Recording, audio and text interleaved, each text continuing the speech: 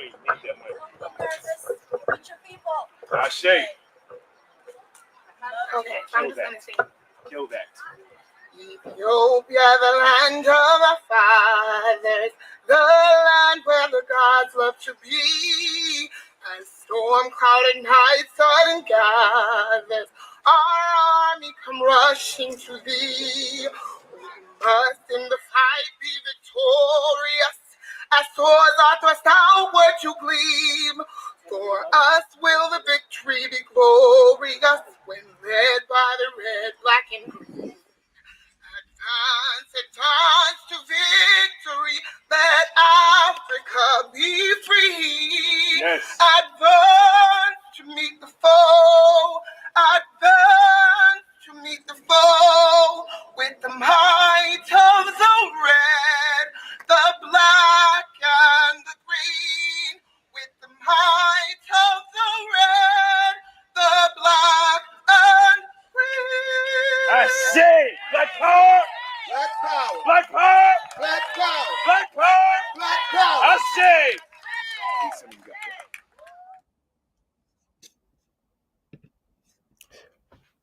Greetings, brothers and sisters. We are here today to celebrate the life of the Honorable Marcus Messiah Garvey. You know, that was our national anthem taken from a live event a few years ago on the States of America. We're here today with our sister Laura. Greetings, my sister. Greetings. Also, we're here with our brother Amari. Greetings, my brother. Greetings, greetings. And how's everybody? How both of you doing today on this great day? Well, you know, it's a time to reflect on all the work done by the Honourable Marcus Messiah Garvey. You know, it's a day to look back on what he's done, what he built, and what we can build on from what he gave us. So, a day to reflect and to plot our course on where we're going next and what we have to do to reach the goal. Yes, sir. Yes, indeed.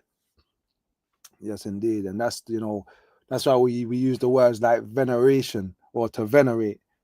You know, it means to continue the work, because that's most important. I feel.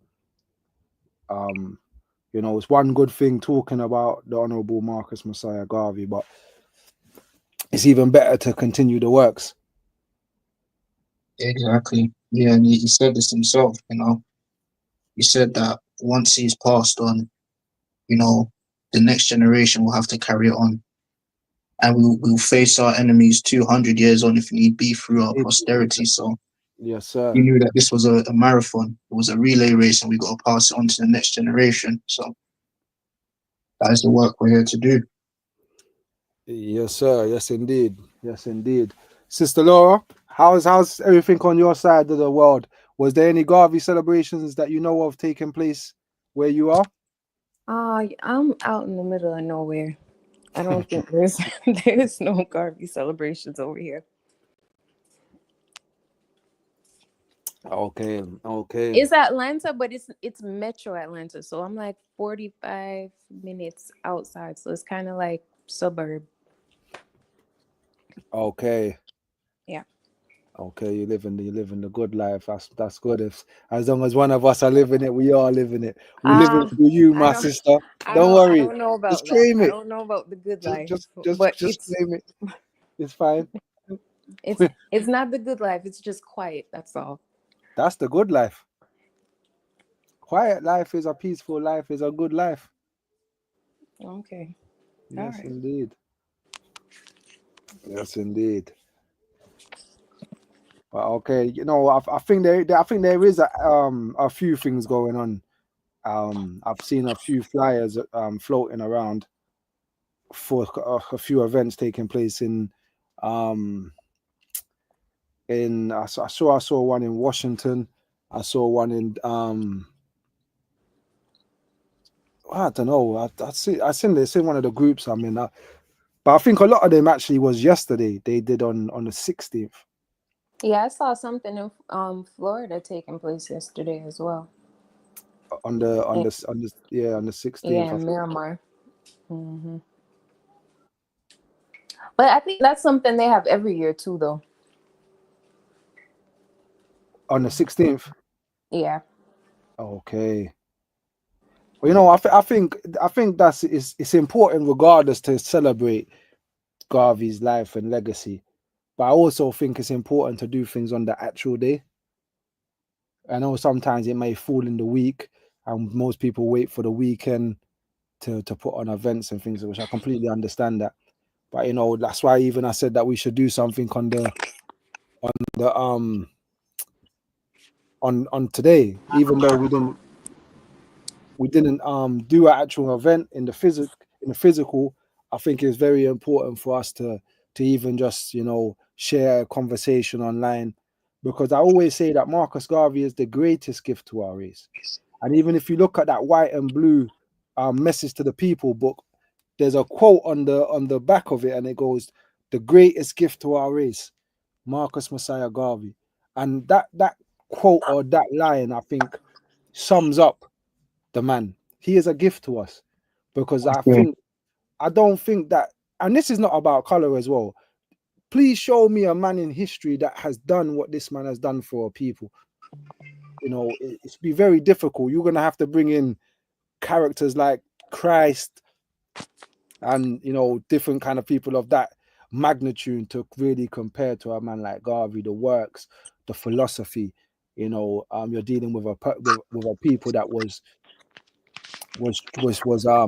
stepped on, and we're still stepped on. And if we had listened to Garvey, we wouldn't be getting stepped on right now. We would be leading just like the Chinese, you know, are leading, and other nations of people are leading. But the works, his words, his legacy will be forever. You know, look at us now. We're mentioning Garvey, you know, 138 years since his birth, where none of us was alive then. And we're still talking about Garvey to show you that, you know, yes, he is our national hero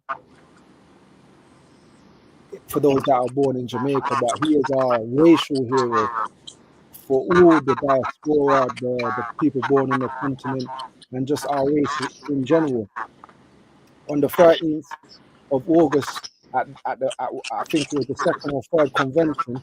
Don't quote me on what convention it was, but it was given the flag, the red, black, and green flag was implemented in 1920. For our people. Before that, we had songs like "Everybody's Got a Flag Except for the Negro." This was a song that was being sung about us, and you know, Garvey gave us a flag, gave us pride, gave us nationhood. You know, which is very important. I see our sister Diaz joined the chat. Greetings. It's me. It's Laura's mom. Okay, hello, Mama. I'm fictitious everywhere. Yes, indeed. Yes, indeed. Well, welcome on this great day.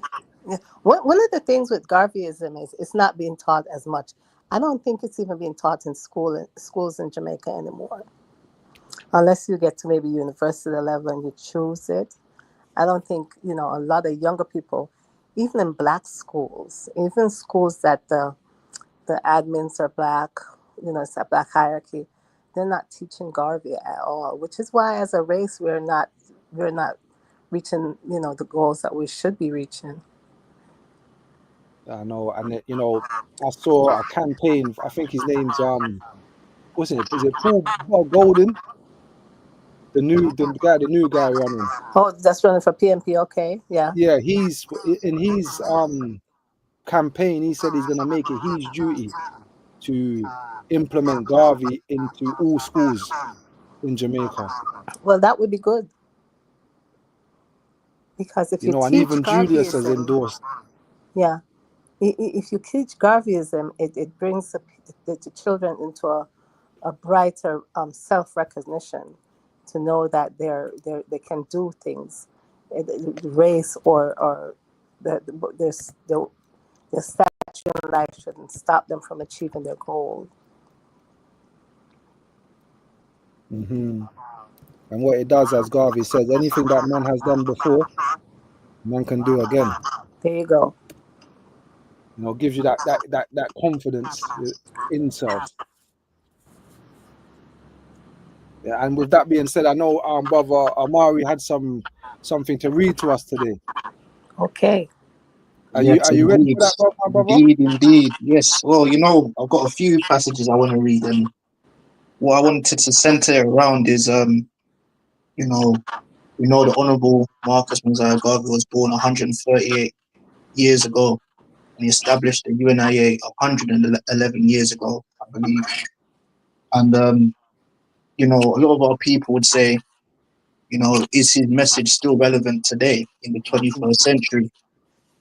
And I picked a few passages that he gave an analysis of our condition back then, and if you take the time and examine our condition today, we're still in the same position.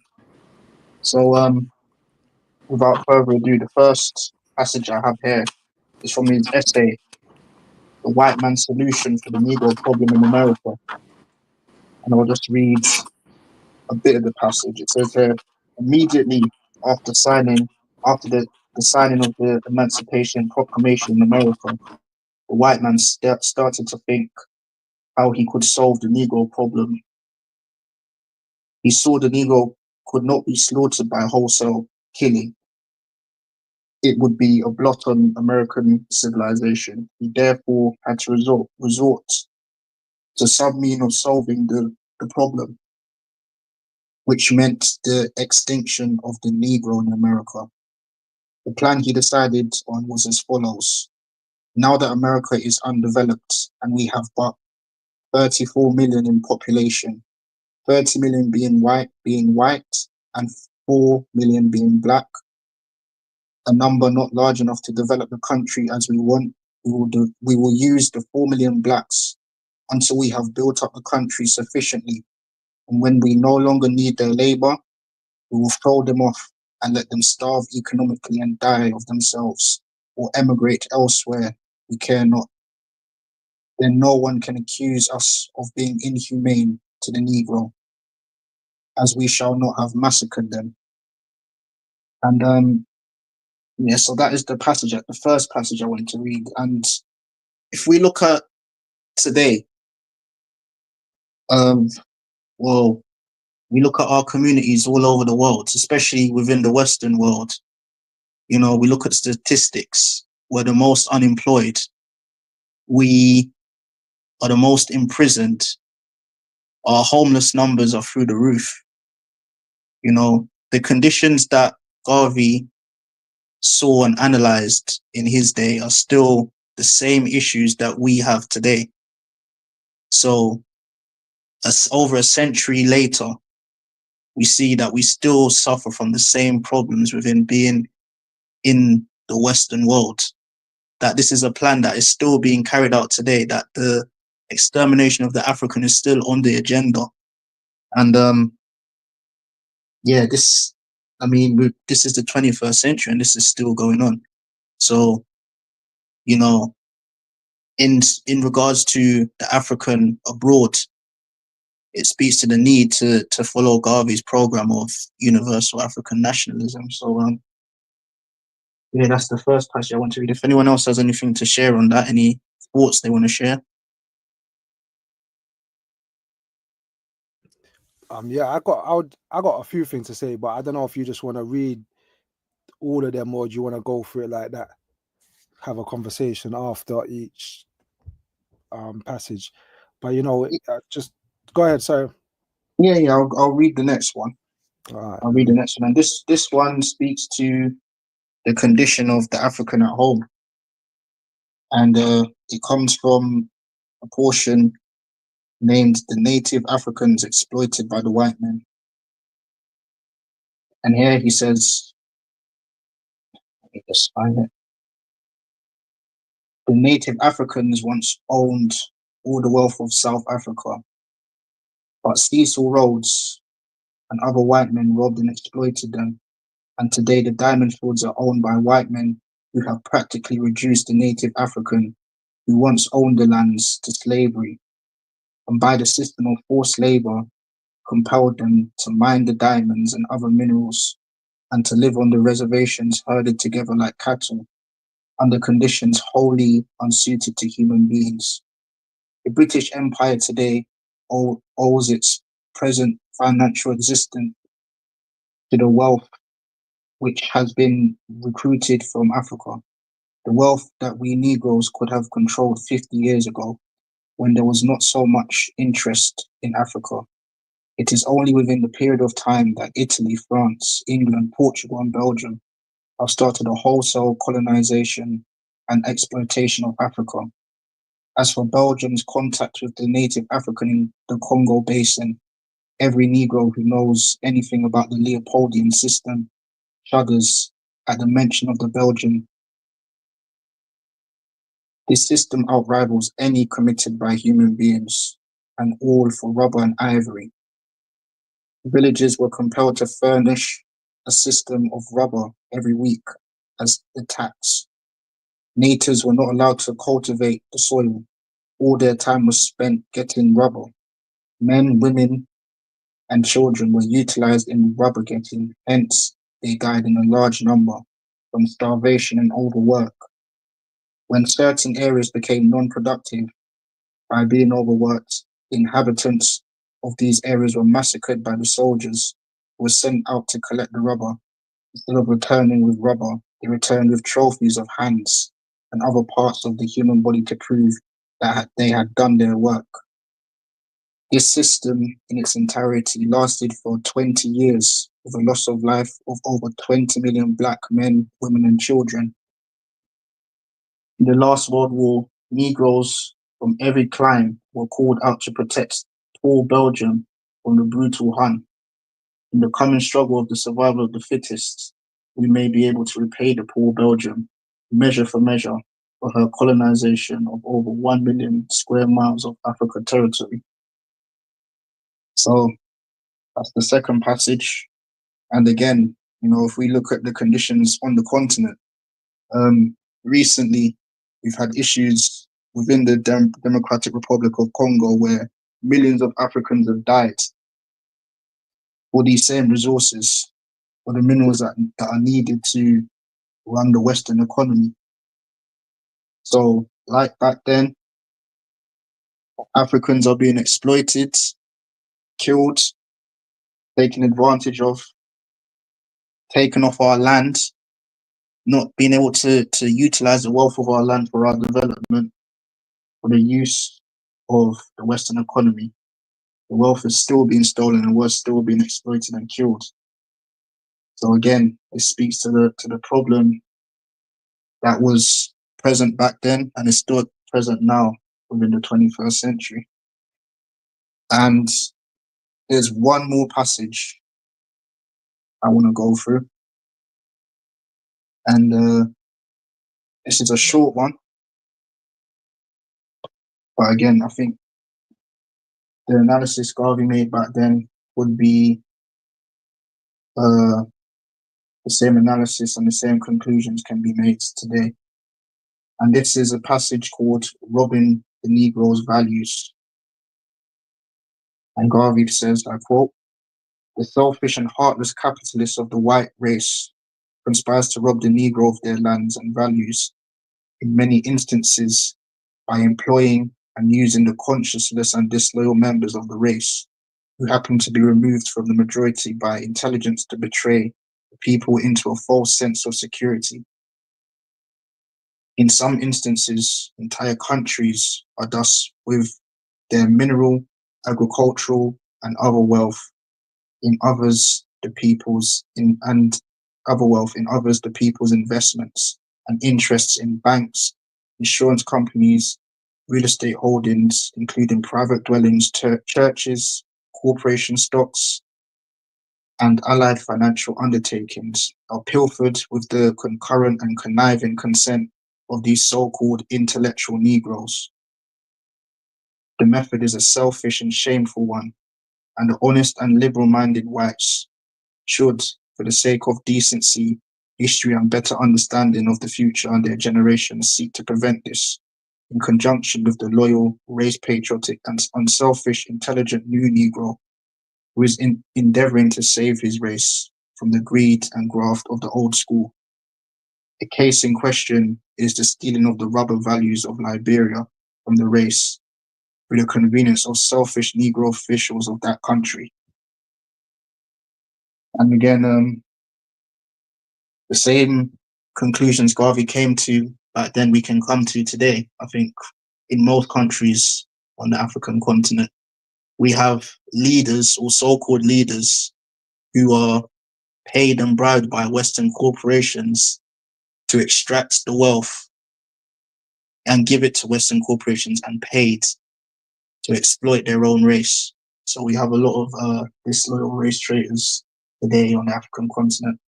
And today it's referred to as neo-colonialism. So Garvey pointed out neo-colonialism back then, that was in the 1920s.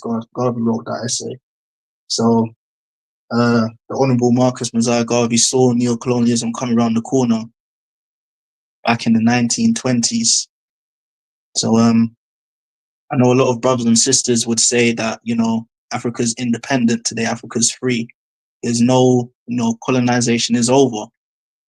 But as Garvey stated, we have leaders who are collaborating with these Western corporations to control our resources that rightfully belong to the African people. So that is the final reading that I have. And again, the theme is just around the relevancy of, Garvey's doctrine in the 21st century and the need for it to still, be installed in African people, in the African race.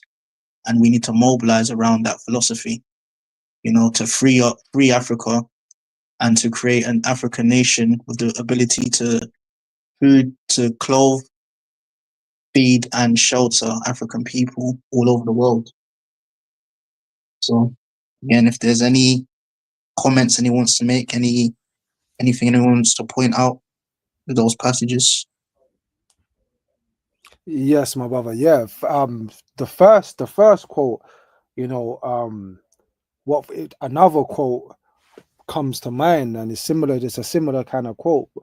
But I will say that when these people are done with us, what are we gonna have?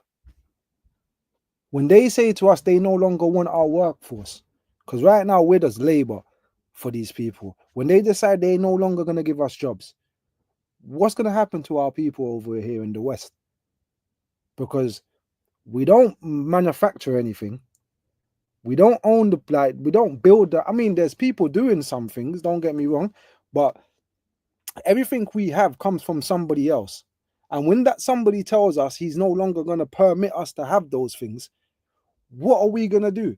Garvey was teaching us to do for self, to have our own things. When you look at the businesses of the UNIA, I know a lot of people will just think of the Black Star Line, but there was clothing, there was restaurants, there was universities, there were schools. He made black dollies for the young children to teach pride. We created jobs for ourselves.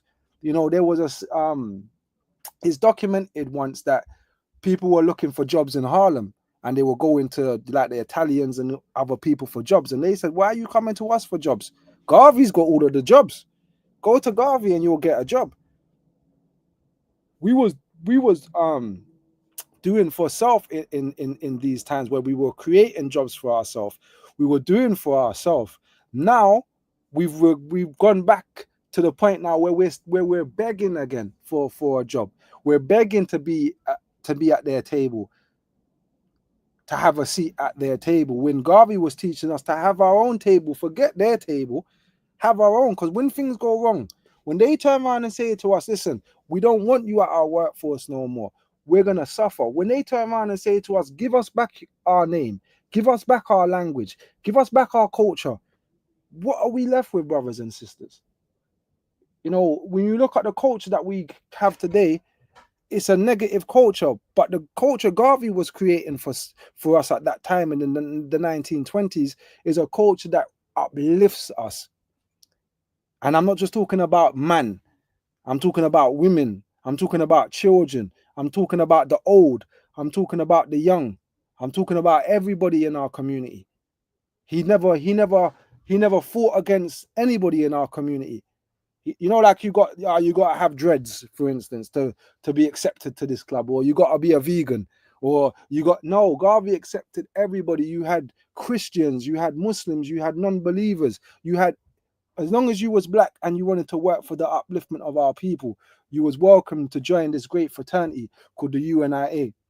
And it's still, and in my opinion, it's still the largest movement we've ever had.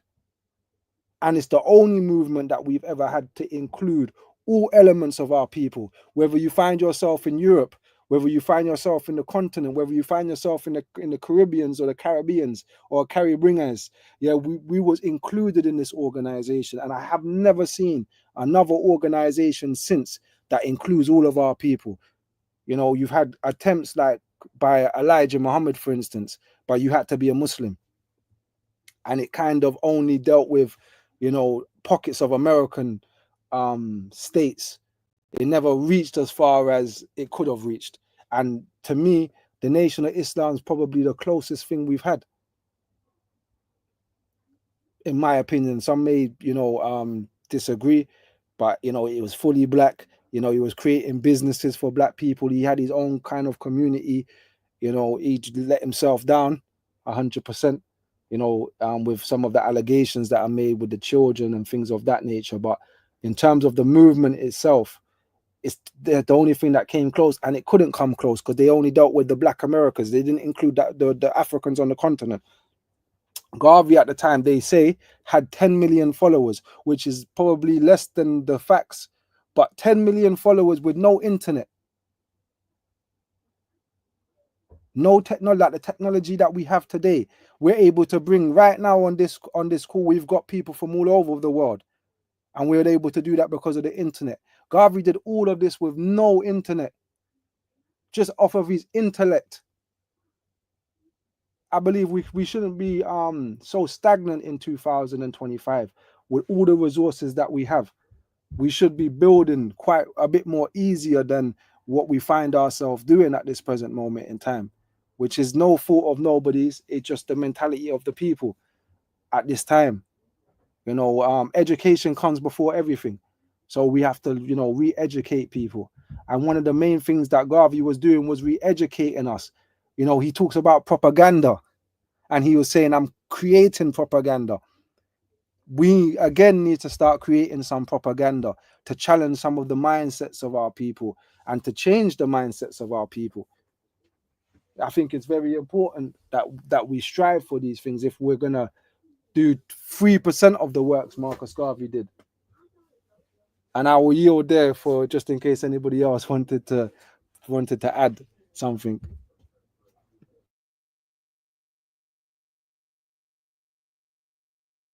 Well, brother minister, I agree.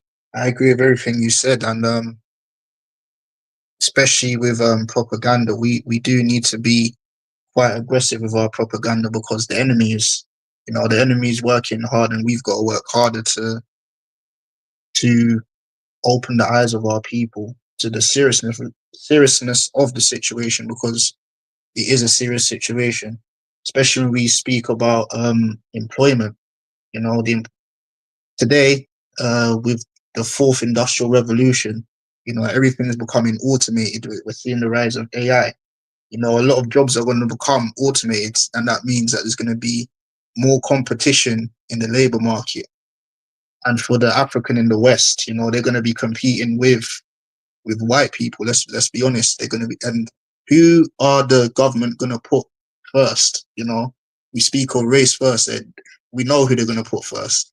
They're going to put their race first. They're going to put their people first. You know, and that, where does that leave us? That leaves us, you know, we'll see where it leaves us today. I mean, we're the most unemployed, like I said.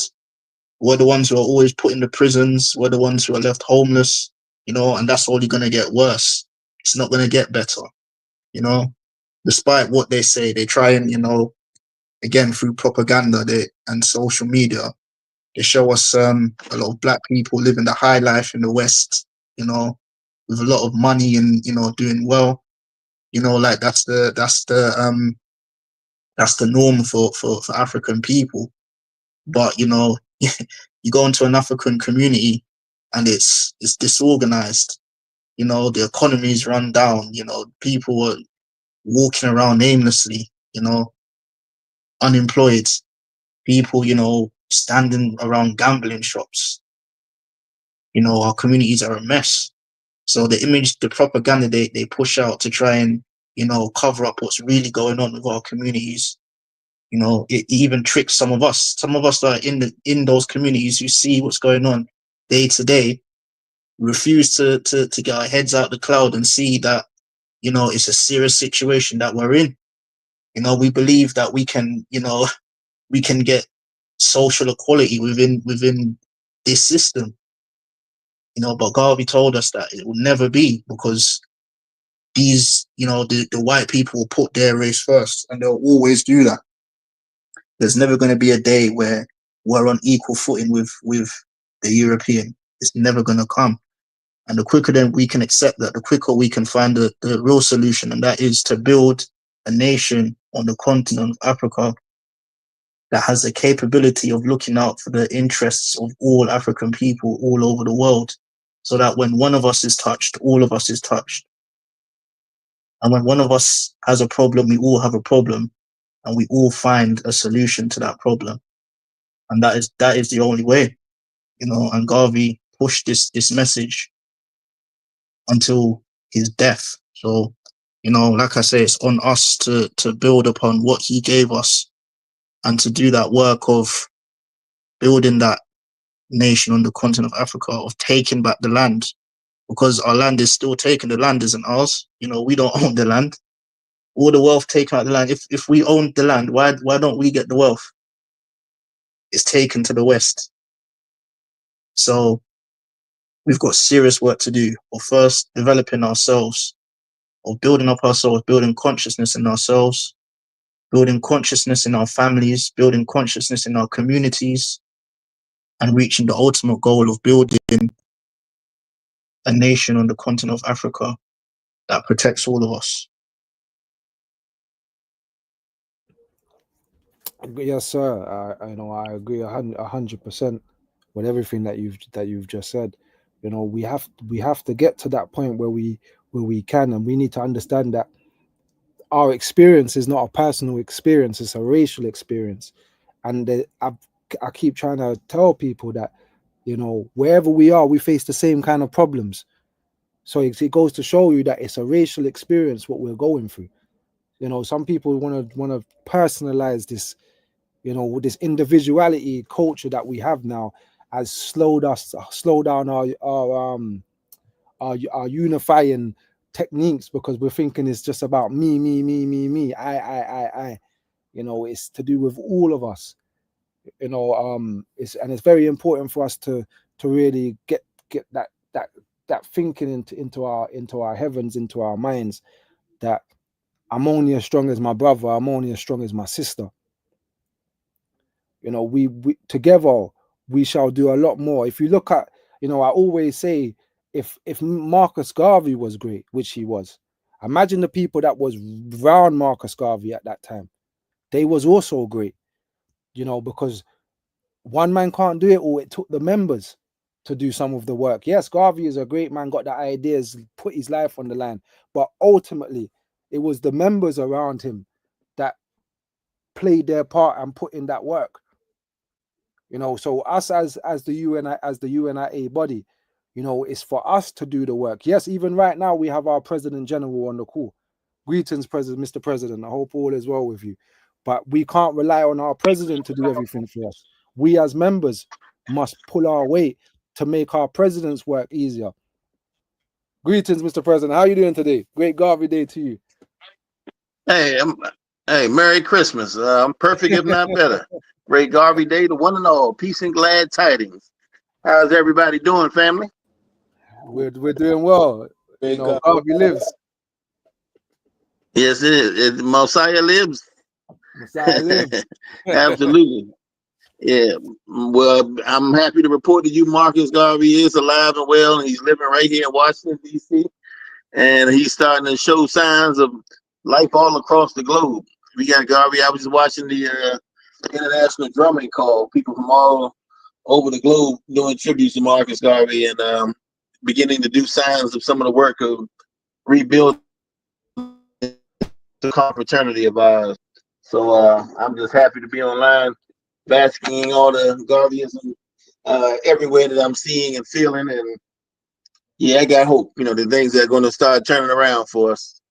I think we've been getting kicked about a little bit too long, and it's time to reconsider some things that we had abandoned, which basically is the gospel of Garveyism. A lot of us have thought we can come up with a better mousetrap or make a more round wheel, and now we're starting to realize that he was not only the progenitor of a golden age of universal African nationalism, but he was the perfecter, the standard bearer of success.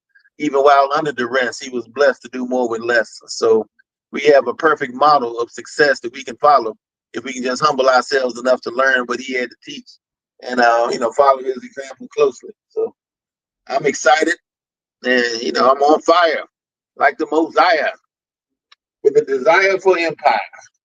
I'm a Yes, poet sir. now. I know it. Boy, boy, but slow me down, Commissioner. Yes, sir. Yes, sir. There will be no slowing down. We're about to turn up the pressure. Yeah, that's right. We're about to turn up the Yeah, pressure. I So I know appreciate what I was saying. I didn't catch the name, brother Omari. Yeah, Amari, that's um, correct. Yeah. yeah, I was appreciate what he was saying earlier about Mr. Garvey and us gaining control over our economy and some other things. Mr. Garvey once said that when he was in the U.S., that without a solid industrial foundation, it doesn't erase the cultural tramps in the political gut of the world.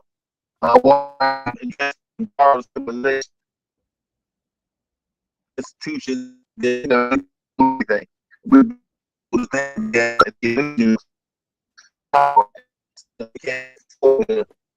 Mr. President, you're cutting out very bad, I don't know if it's just me, but I couldn't hear much of what you just said. It's chopping up. Let me see. They're trying to stop the word. You cannot stop the word, my brother. The word must be spoken.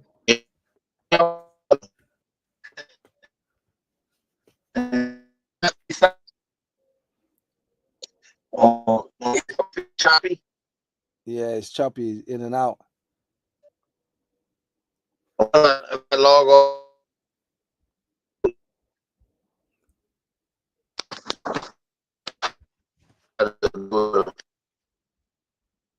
Yes, log out and come back again.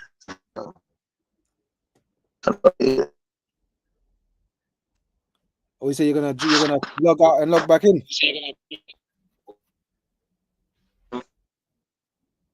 Okay, he's gone to log out and log back in. But definitely just going through some of the comments. Yeah, definitely iron sharpens iron. As they say. I don't know if iron actually sharpens iron, but the principle I'm with you 100%. And also I see somebody talking about education and occupying positions and management decision making. I've heard that argument a lot over the years. And I think that even if we look at the UK, for instance, I think black people in the UK have positions now that we've never been in before, and our problems are not changing. Something happens to us when we occupy these positions in society. Look at that woman that said she's from Nigeria, for instance, and now she's saying she's not Nigerian, she's from Essex. She can no longer identify as a Nigerian woman, and she's born and bred in Nigeria. She identifies as a woman from Essex. I think, Dr. Amos Wilson said that the more educated we became, the more problems we got. Because something happens with this education they give us. It makes us leave the community that we're from. It makes us think a different thought.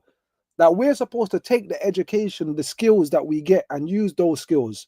As Dr. Khalid Muhammad would say, be a revolutionary in whatever field you're in. If you're a doctor, be a revolutionary doctor. If you're a scientist, be a revolutionary scientist.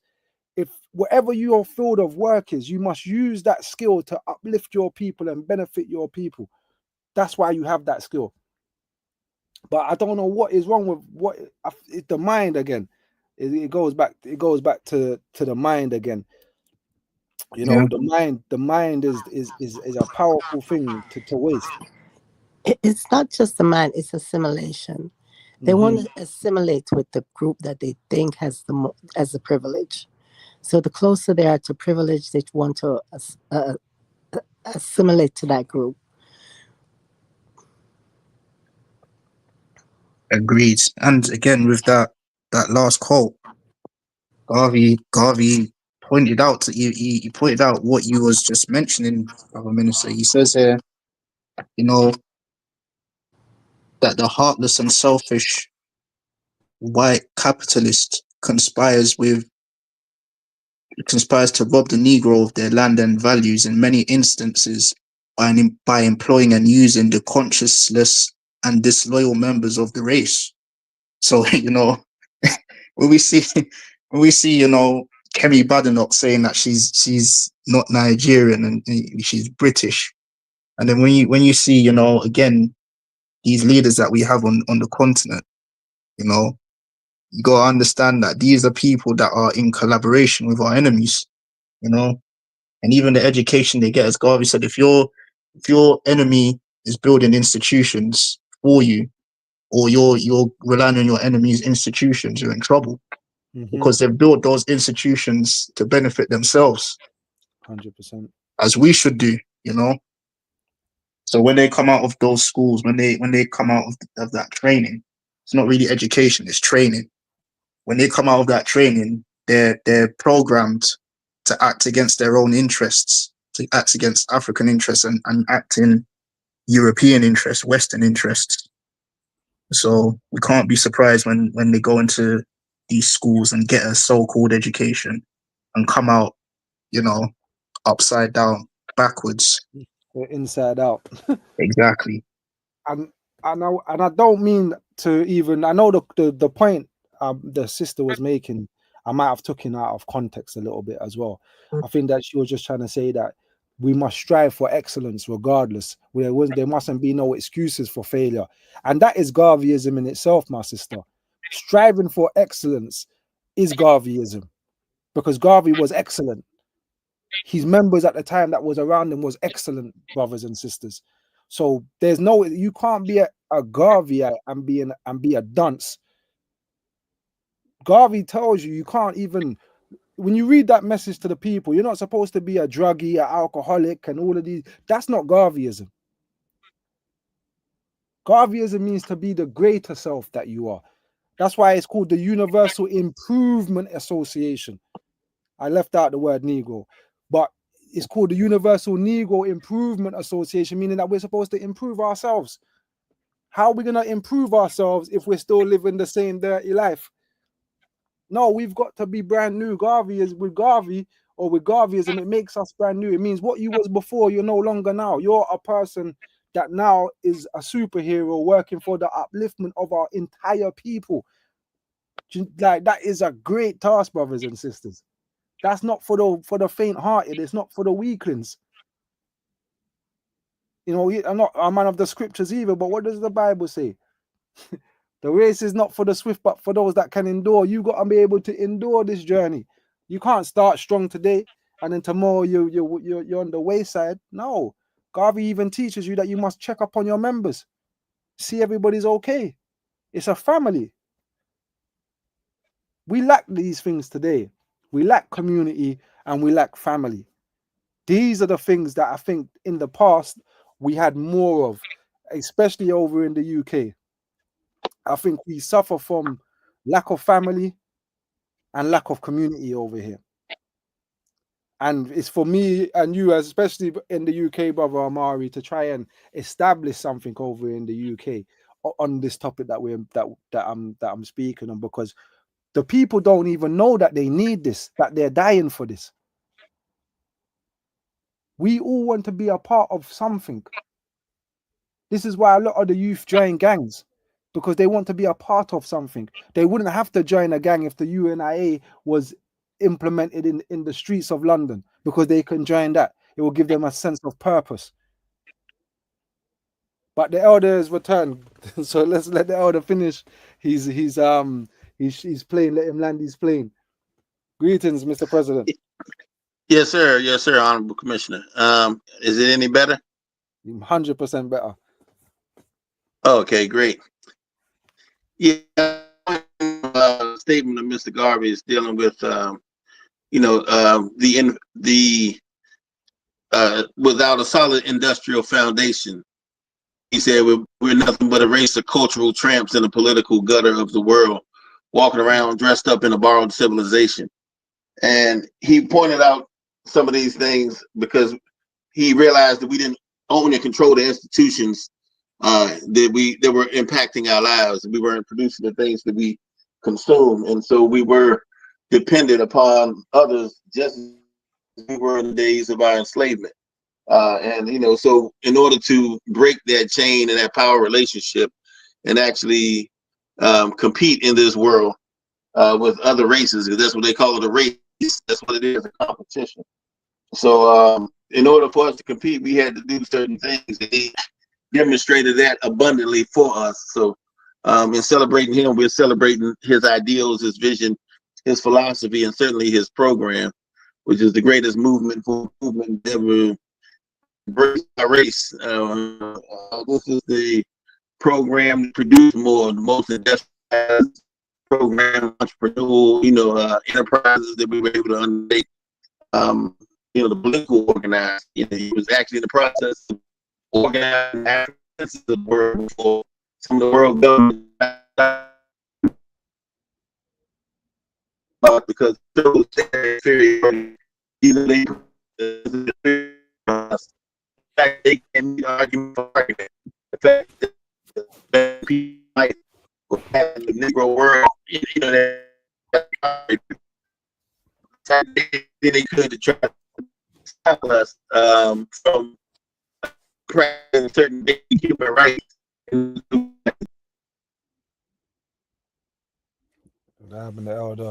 elder got cut off again. Yeah, I don't know if it was just me, but I could not hear the president at all. He was chopping in and out. Enemy working hard tonight. I'm telling you, this is another thing about these internets and things like that. We need to have our own platforms. I can't stress it enough.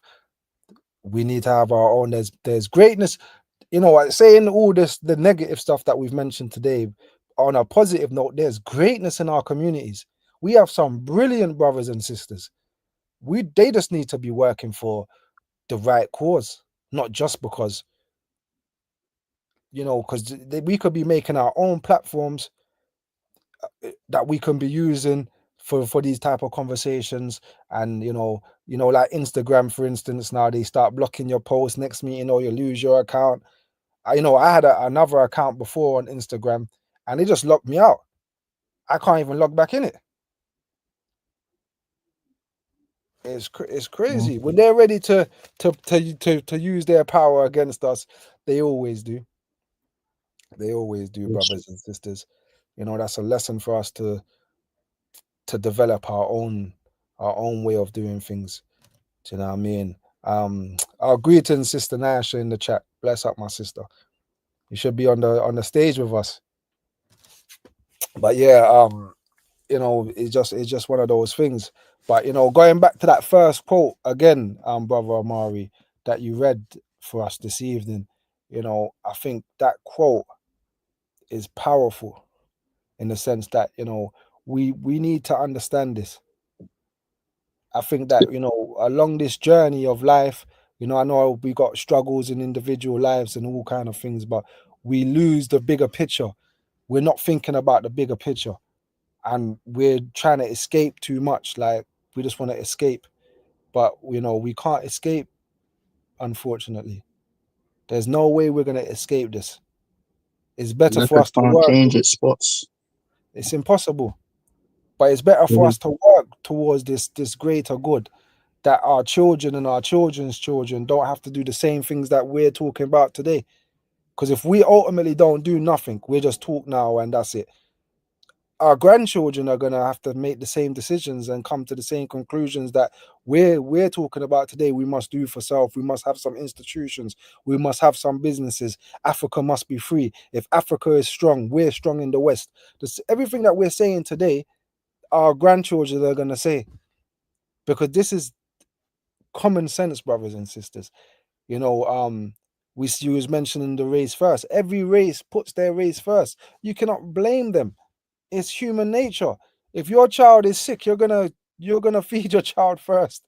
Unfortunately, like this is just human nature. But I don't think we understand this. We're the only ones that's not playing the game that everybody else is playing. And Malcolm X spoke about that also. He said by the time we learn the game, they're gonna change it. We gotta learn the game that's being played here. They're playing chess, we're playing checkers. We need to get with the time. We definitely need to get with the time that we're at now. You know, some of the things Garvey was doing then, we might not have to do today. But some of the things that he did, we definitely need to do today. It's the only solution to our problems globally. Agreed. Agreed, brother minister. Yeah, like you said, we've got brilliant brothers and sisters in all our communities. There's brilliant Africans all over the world, but it's just about us being organized enough to harness that potential. Because right now it's not going to the use of developing Africa and African people, African communities. It's going to developing Western communities. You know, they take our best and brightest and and put them within their, you know, communities and their economies and use them to benefit their cause. You know, there's everything's backward at the moment, you know. We're just, yeah, so we need to organize ourselves, you know, as members of the UNIA, as people of vision, people who can, you know, see long term and see into the future and where our future will lead us if we do not act. It's on us to build those institutions for our communities to, you know, find shelter in. It's like building a lighthouse, you know. Our communities are in the dark and it's up to us to build the lighthouse for them to see, you know, that there's somewhere for them to go. Because at the moment they're lost, you know.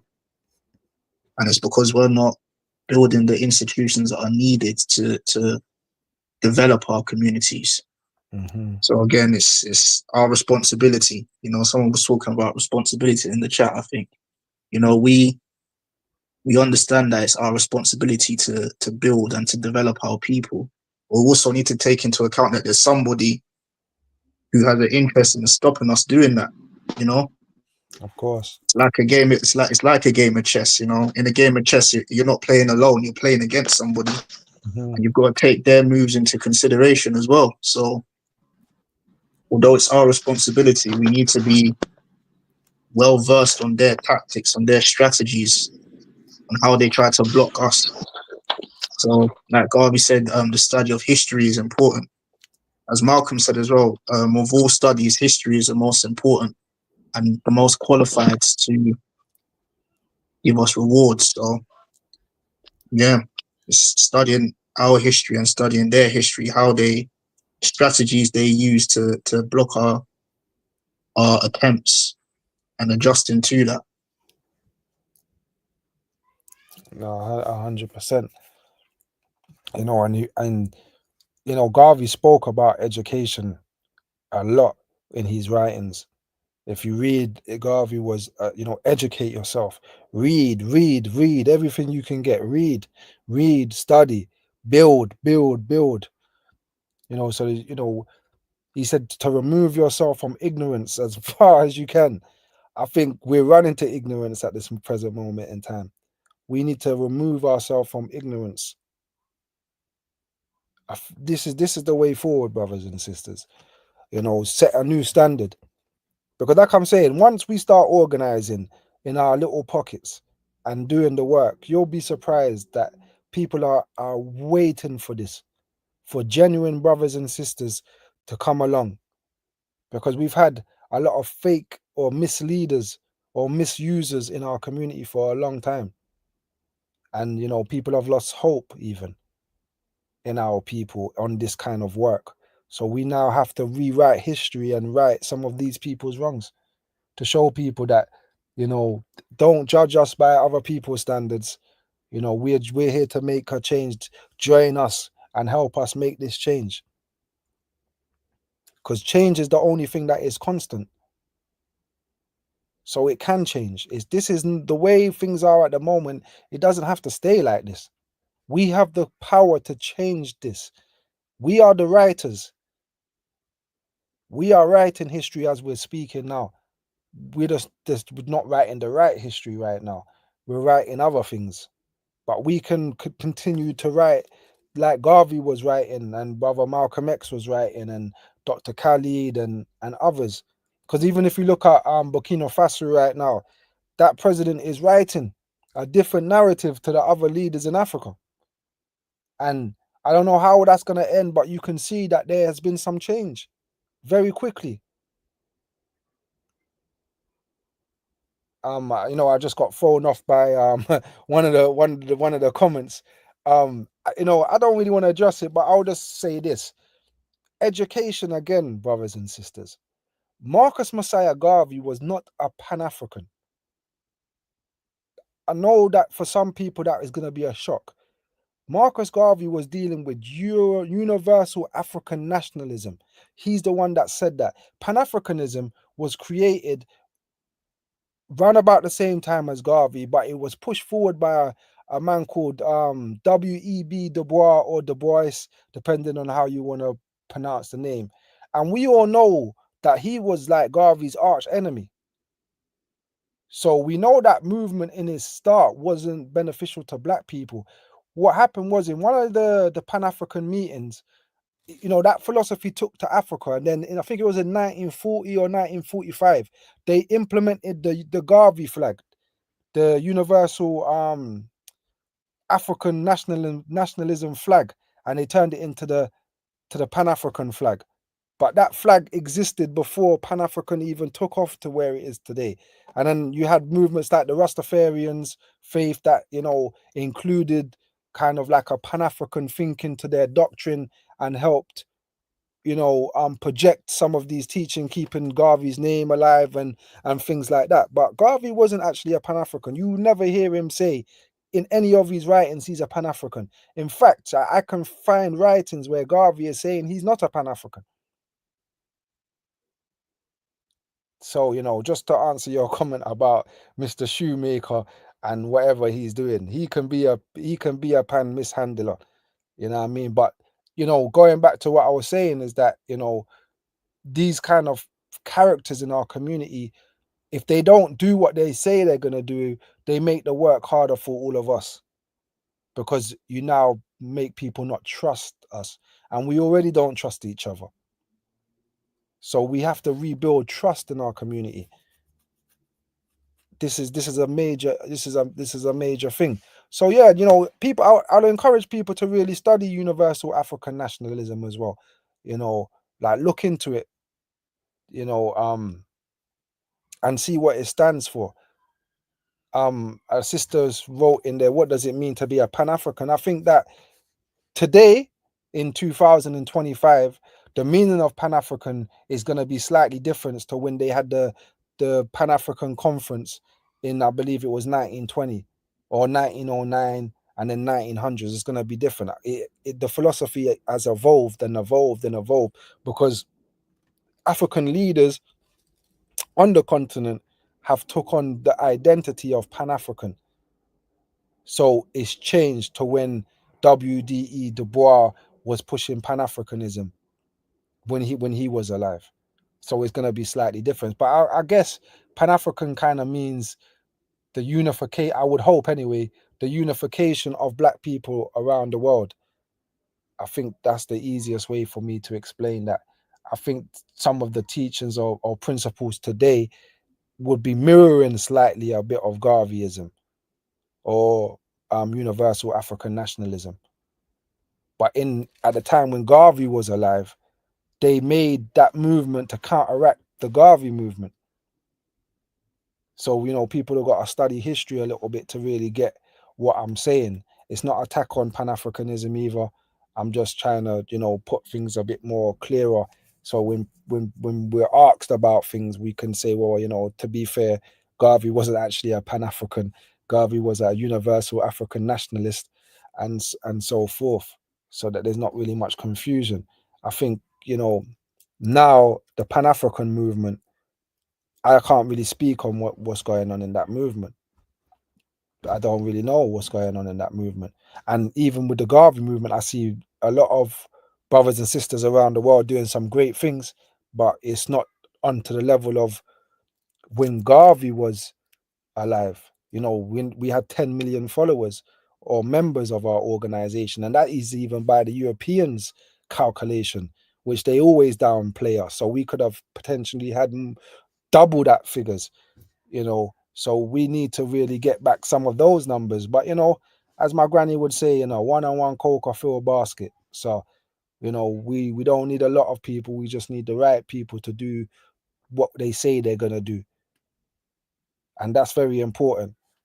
And I was having this conversation just this today, this morning, with somebody, and we was talking about some of the elders from the past in different movements. A lot of the time we have so much to say about them, right? But at the same time, they believed and lived to what they said.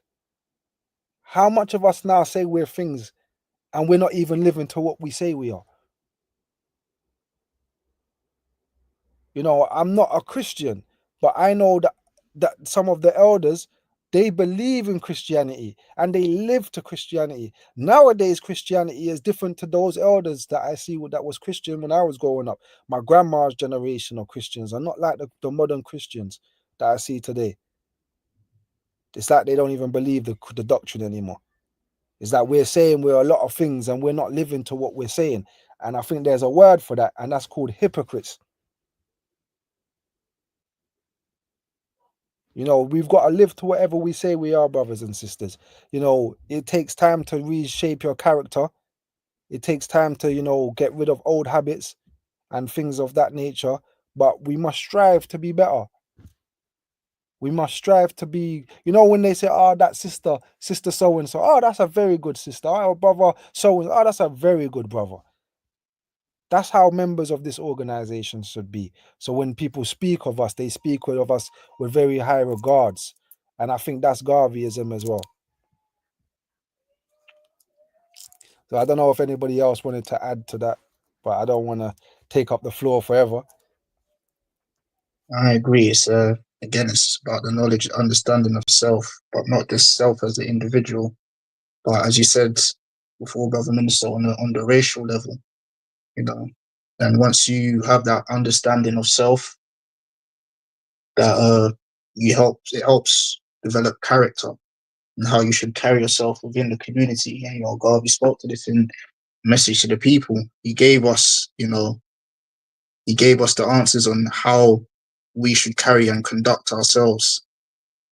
He gave us principles. So as long as we stick to those principles and we follow those principles, and we strive to live to those principles, then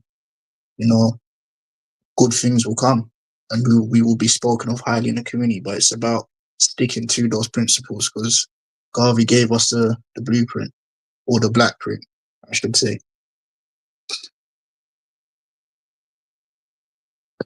Yes, 100%.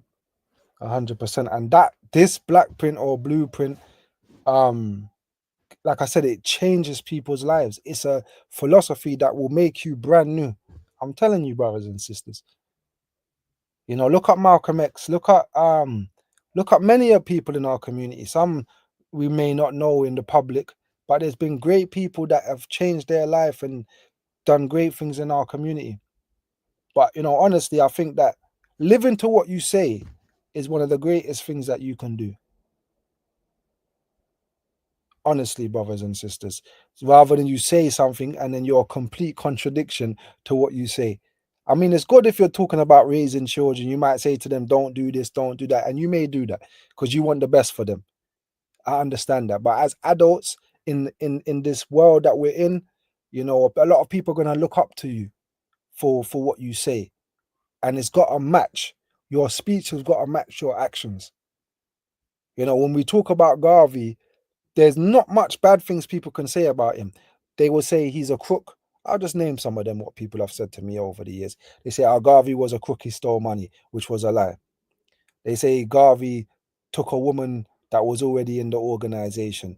That's the truth. I can't lie. But there's not really much people can really say about Garvey because he perfected his character. He even said that you can lose health in and something is lost. But when you lose your character, everything is lost. Character is the biggest possession that you have. It's the most valuable possessions that you hold, and you are in control of that. If you're a thief, people don't want you in the house. People gonna start talking. He's a junk. He's an alcoholic. He's a thief. He's on drugs. Your character can be broken, and when you break your character, it's very difficult to get it back, brothers and sisters. It's very difficult Agreed. to get it back. Yeah, and this is why Garvey's philosophy is, it's all encompassing and be used for all different parts of life. So yeah, just to even to develop character like we're talking about now.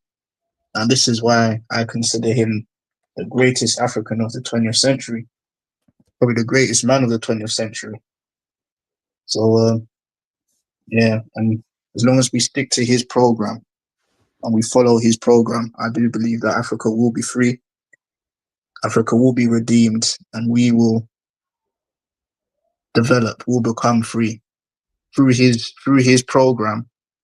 Africans will be free, Africans will prosper, Africans will be developed. It's just about sticking to the program and staying the course. Because like I say, there will be people and forces who will try to knock us off that course. But as long as we have the correct character and the confidence in self to stick to the course, we will succeed.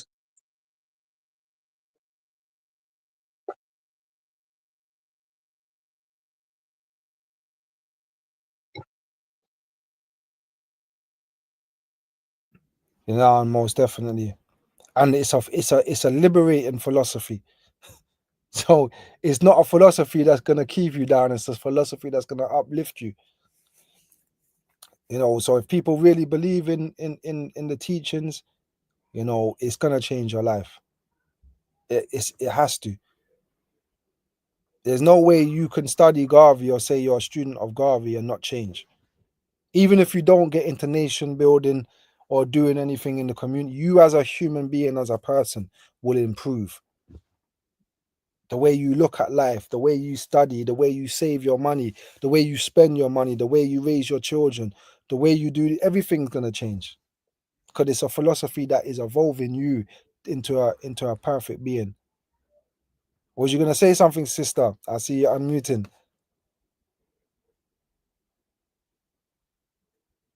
Okay, I guess not. But I see a sister Nasha in the comments saying that something has to give. Something does have to give, my sister. But at the same time, you know, the philosophy needs to change, isn't it?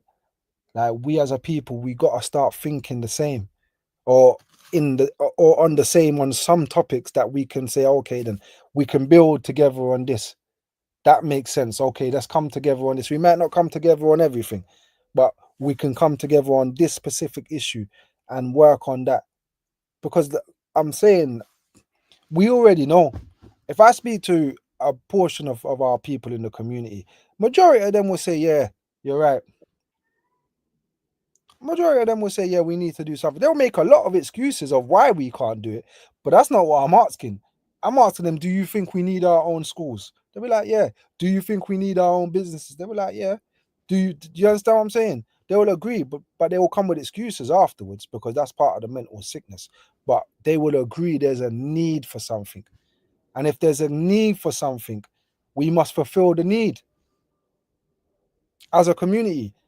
But first, we gotta build the community. Exactly. Yeah, man. Build the house and they will come. You know what I mean? So it's just up to us, those of us with the character and the knowledge of self, like I've said, to begin the work, and people will join after. You know, like you say, brother minister, there's a lot of people who would agree that we need these sorts of things, but for one reason or another, they're not ready to contribute to the building of those necessities. So it's up to men and women with vision and character to begin that work, to start that process, and others will eventually join. Yeah, There's work to be done. Yeah, I'm a strong believer in that. Someone in the comments said Babylon is falling, especially France, and now is the time for us to step up. I agree. The West is falling, but if you notice, brothers and sisters, the West are organizing again. Like, you will find that these neo-Nazis and all of these other people, they're building in their communities. Like that, that fascism is on the rise again, brothers and sisters. And this again, this speaks to that first passage. When when employment starts running dry because of automation, people are gonna get angry. White people are gonna get angry because they want jobs. They need to eat. And that's when it's ripe for these sorts of organizations to pick up on that anger, and carry out all sorts of mispractices against our people. And if we're not prepared for that, if we're not ready for that, then we're in big trouble. So we need to, again, it's a lot of people don't see the danger, but we need to get organized to protect our communities, to make sure our women and children are safe. 100%. It's an urgent matter. 100%. And this goes back to the communities, because we will always get the blame for everything. They blame us for everything, and a lot of the time we don't even do nothing. So I know that some people will say that it's some of this Muslim, all of this stuff is helped these neos start organizing because they want to get rid of them. But when they see us, what do you think they're going to do? When they're going out for these other people and they see us, do you think they're going to shake our hand and say good day? No, brothers and sisters. They're going to attack us because we are their number one enemy. They hate us for things we don't even know. And unfortunately for us as a people, we don't have that hatred towards anybody but ourselves. We only hate ourselves. We don't hate no other nations like this. But I see Sister Nisha join the chat. Greetings, my sister. And Mr. President is also back. How you doing, my sister? Great Garvey day to you, or Garvey evening to you.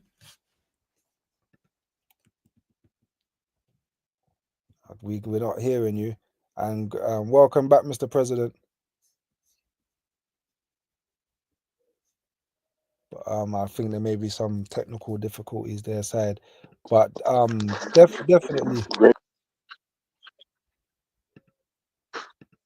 Are you there, Mr. President? Oh yeah, I'm heading back. Okay. Yeah. Yeah, we got to get the white man out of StreamYard, I see. Yeah. He's on us. Too much power.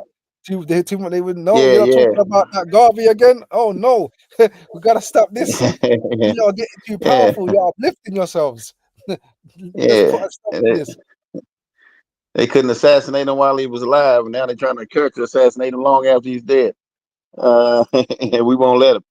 The world will keep embracing him, But yeah, I was listening on the YouTube while I was trying to get my signal a little stronger. I think signal kept breaking up, but yeah, it's definitely good words I've been hearing from you all. A great conversation. So it's good to be tuned in. I see Sister Nyasha came on for a second. Sister Laura's in the house, and she's trying to reconnect. I can see it saying it's connected.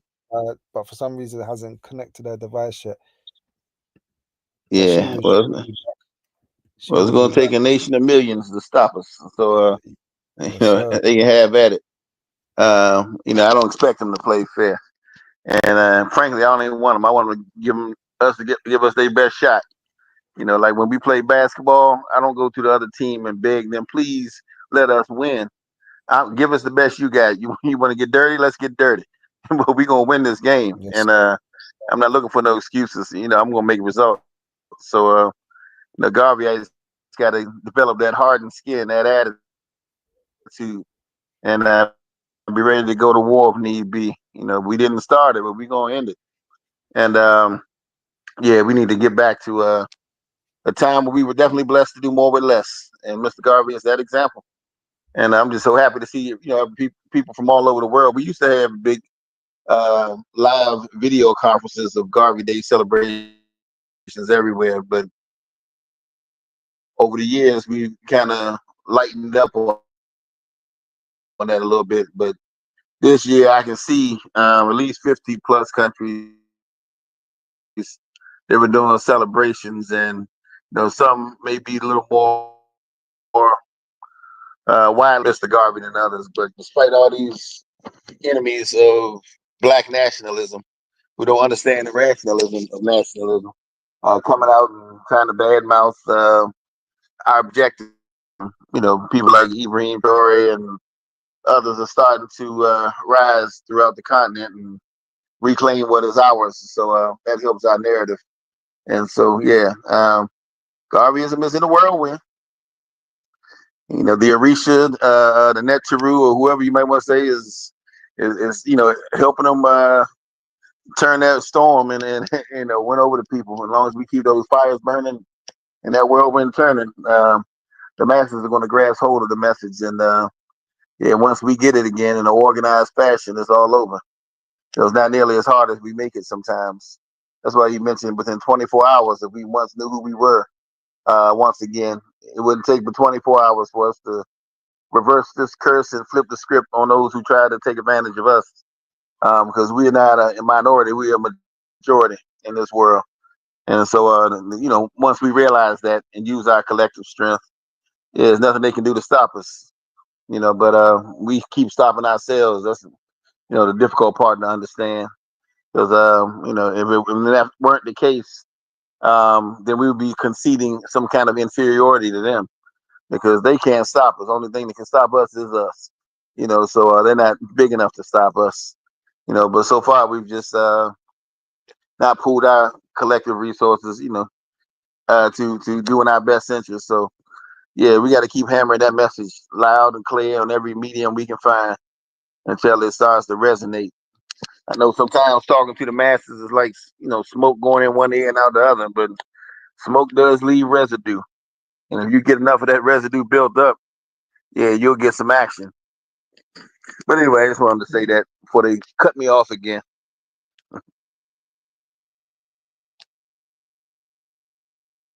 Yes, sir. Yes, sir. Um, yeah, I agree again. We have to rewrite history again.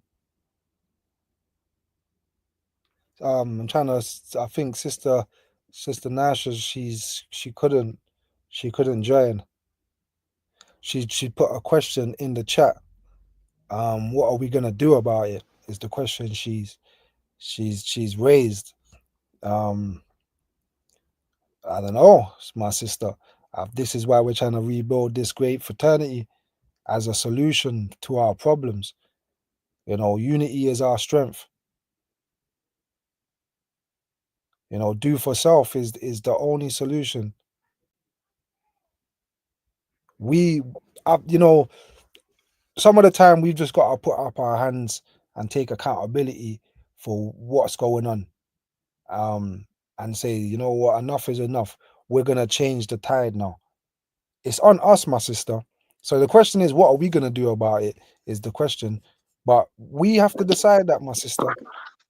We need to get our boots to the ground, as they say, and be about what we say we're about. That's the only solution I can think of. But we got the president on the call, so Yeah, yeah. President, Mr. President, the question was, I don't know if you heard it, is what are we gonna do about it? About our problems. Yeah, like our sister wants some solution. Oh well, Garveyism. That's what we're gonna do about a universal solution to universal problems. The same way he encountered every problem with an organized program to address it. You know, when the Red Cross didn't help us during disasters and race riots, and Red Cross went to help the Redneck, we organized the Black Cross. You know, the same thing when Mr. Garvey was attacked, and we realized we needed to defend our community as well as our leadership. He organized the Universal African Legion, and when we had need to feed ourselves, and grocery stores weren't serving us the best food at the best price. He set up a set of farms, he set up grocery stores, he set up restaurants, he set up every institution we needed, by organizing and educating us on the matter. So we can pull ourselves together in number like he did. He had 40,000 people in Harlem. With 40,000 people, I think you can come up with a grocery store in like 5 minutes. Everybody put up $5. Okay, we just bought this grocery store. At least put a down payment on it and got the operating costs, to start. So I mean, if you can at least organize the people around the idea, and then enough of the people, and keep them, aware of the urgency of the idea, and the not only important as far as hiring people and keeping it, economy of ours under our control, but also the fact that like during in D.C. Back when we had the riots on Dr. King's assassination. The way they shut these riots down, because black folks were angry, burning everything they could find. And the way they shut down the black community was by closing the grocery stores. So until y'all start acting right, we're not going to let you get nothing to eat. And we quickly quieted it up and toned all that down, because we didn't control anything. They controlled everything that we had. It's just like when we got out of our enslavement. They said, all right, now, boy, you're free. Go. And we tried to get an apple off a tree. They slap our hand. Hey, that's not your tree. We own that land, and they go on the other side of the street. That's our tree too. You want to eat, you got to come to us. So what did you change? What fundamentally changed with us? Nothing. We didn't change the power relationship. So they still own control to produce everything that we consume. So they can determine, whether we starve literally to death, or whether we can defend, ourselves. We got to go beg them to defend us. That sort of stuff is not what organized people do. That's why Dr. Marimba, I need to consider Mr. Garvey the resurrector of the African ancestral sovereignty imperative. There was a time when we could produce our own nation states, where we could organize our own hunting and gathering clans, organize societies of our own, schools and institutions that we could build. And we would do these things, like nations would do, a nationalistic mentality. But when we got, to the Americas and the Caribbean and other places, and were, stripped of our language, culture, history, knowledge, and everything we had, and we just did what we were told, we forgot how to rebuild and begin to organize like we used to. So Garveyism was a revisiting of that mindset, that anything they have, we can do ourselves. They got an army, we got an army. We got a navy, they can get they got a navy, we can get a navy. They got big, financiers and banks and credit unions, we can organize them. Everything they got, hell, most of what they got technology-wise, they stole from us anyway. So it's nothing we can't really produce and, match them with. We just have to have the confidence to know we can do it. But of all the, challenges we have, there's a solution. And, other communities have done it. Ethnic nationalism works for everybody. Chinese organized a Chinatown quick and started hiring everybody.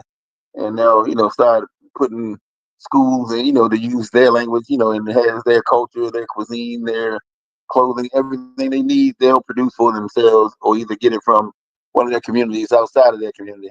But they'll find a way to nationalize, same thing with the Jews and every other community. But black folks are so scattered and, disconnected.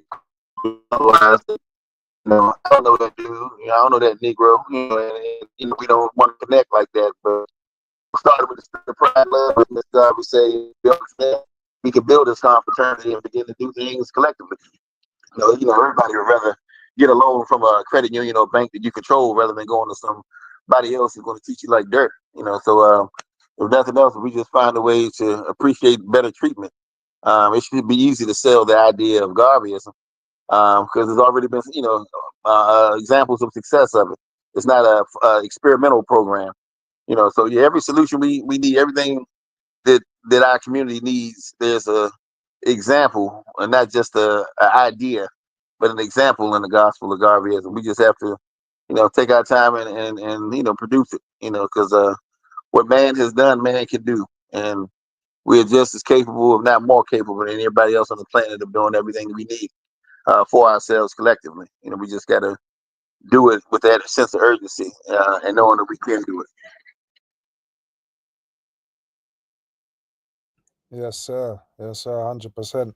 And I think she's my sister's writ some other things in the chat, but I think to answer to what you're saying, sister, I think it comes down to education. I think that right now, if I educate you, yeah, I control you. You can only go far as your education. This is why, teaching the philosophies and opinions, living to Garveyism is very important, because it teaches you how to think. It teaches you how to act. Then you won't be recognizing yourself as something you're not. You will know exactly who you are. And once you know who you are, you know who your enemy is. And once you know who your enemy is, you will know what you need to be doing. And when things like the other places in the world that are in problems, that everybody rallies around and protests for them, but don't protest for them, is because those people have a knowledge of self. We don't have that knowledge of self. So they will, tell the world what, the sadnesses that's going on in their country, or what's happening to their people over there, and they're connected to it. There was times where people were leaving England to go all over the world to fight for their brothers in their struggles. But there was a time too when we would leave America and the Caribbean to go fight for our brothers and sisters in Africa. I don't know if people remember when Mussolini invaded Ethiopia, for instance. Black people from America and the Caribbean were signing up to go to fight. So it's something that we can connect to, the struggles of our people in different places in the world. We can connect to it, but we've got to change the way we think. We've got to change the way we move, and the alignment has to be aligned again. And I think education, the real education, the right education, not their education, our education, is going to be the spark that's going to spark all of these things. Because there was a time when I was ignorant, and then I was educated, and now I'm able to be given positions in the UNIA that I cherish. If my education didn't change, I wouldn't have been able to be doing what I'm doing now.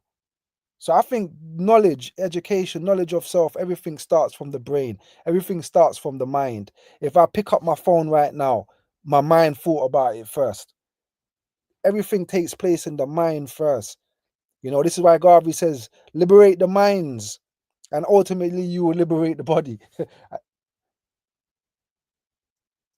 Your mind has to be free, brothers and sisters. And I don't mean that in a metaphor either. I mean, literally, you need to free your mind from all this poison that they fed us over these years that we've been on the earth.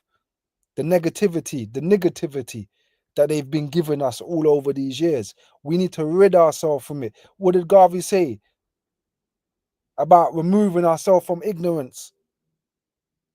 And what's the opposite to ignorance? Intelligence. We have to be intelligent beings now, brothers and sisters. I see you're unmuted, Mr. President. Intelligence.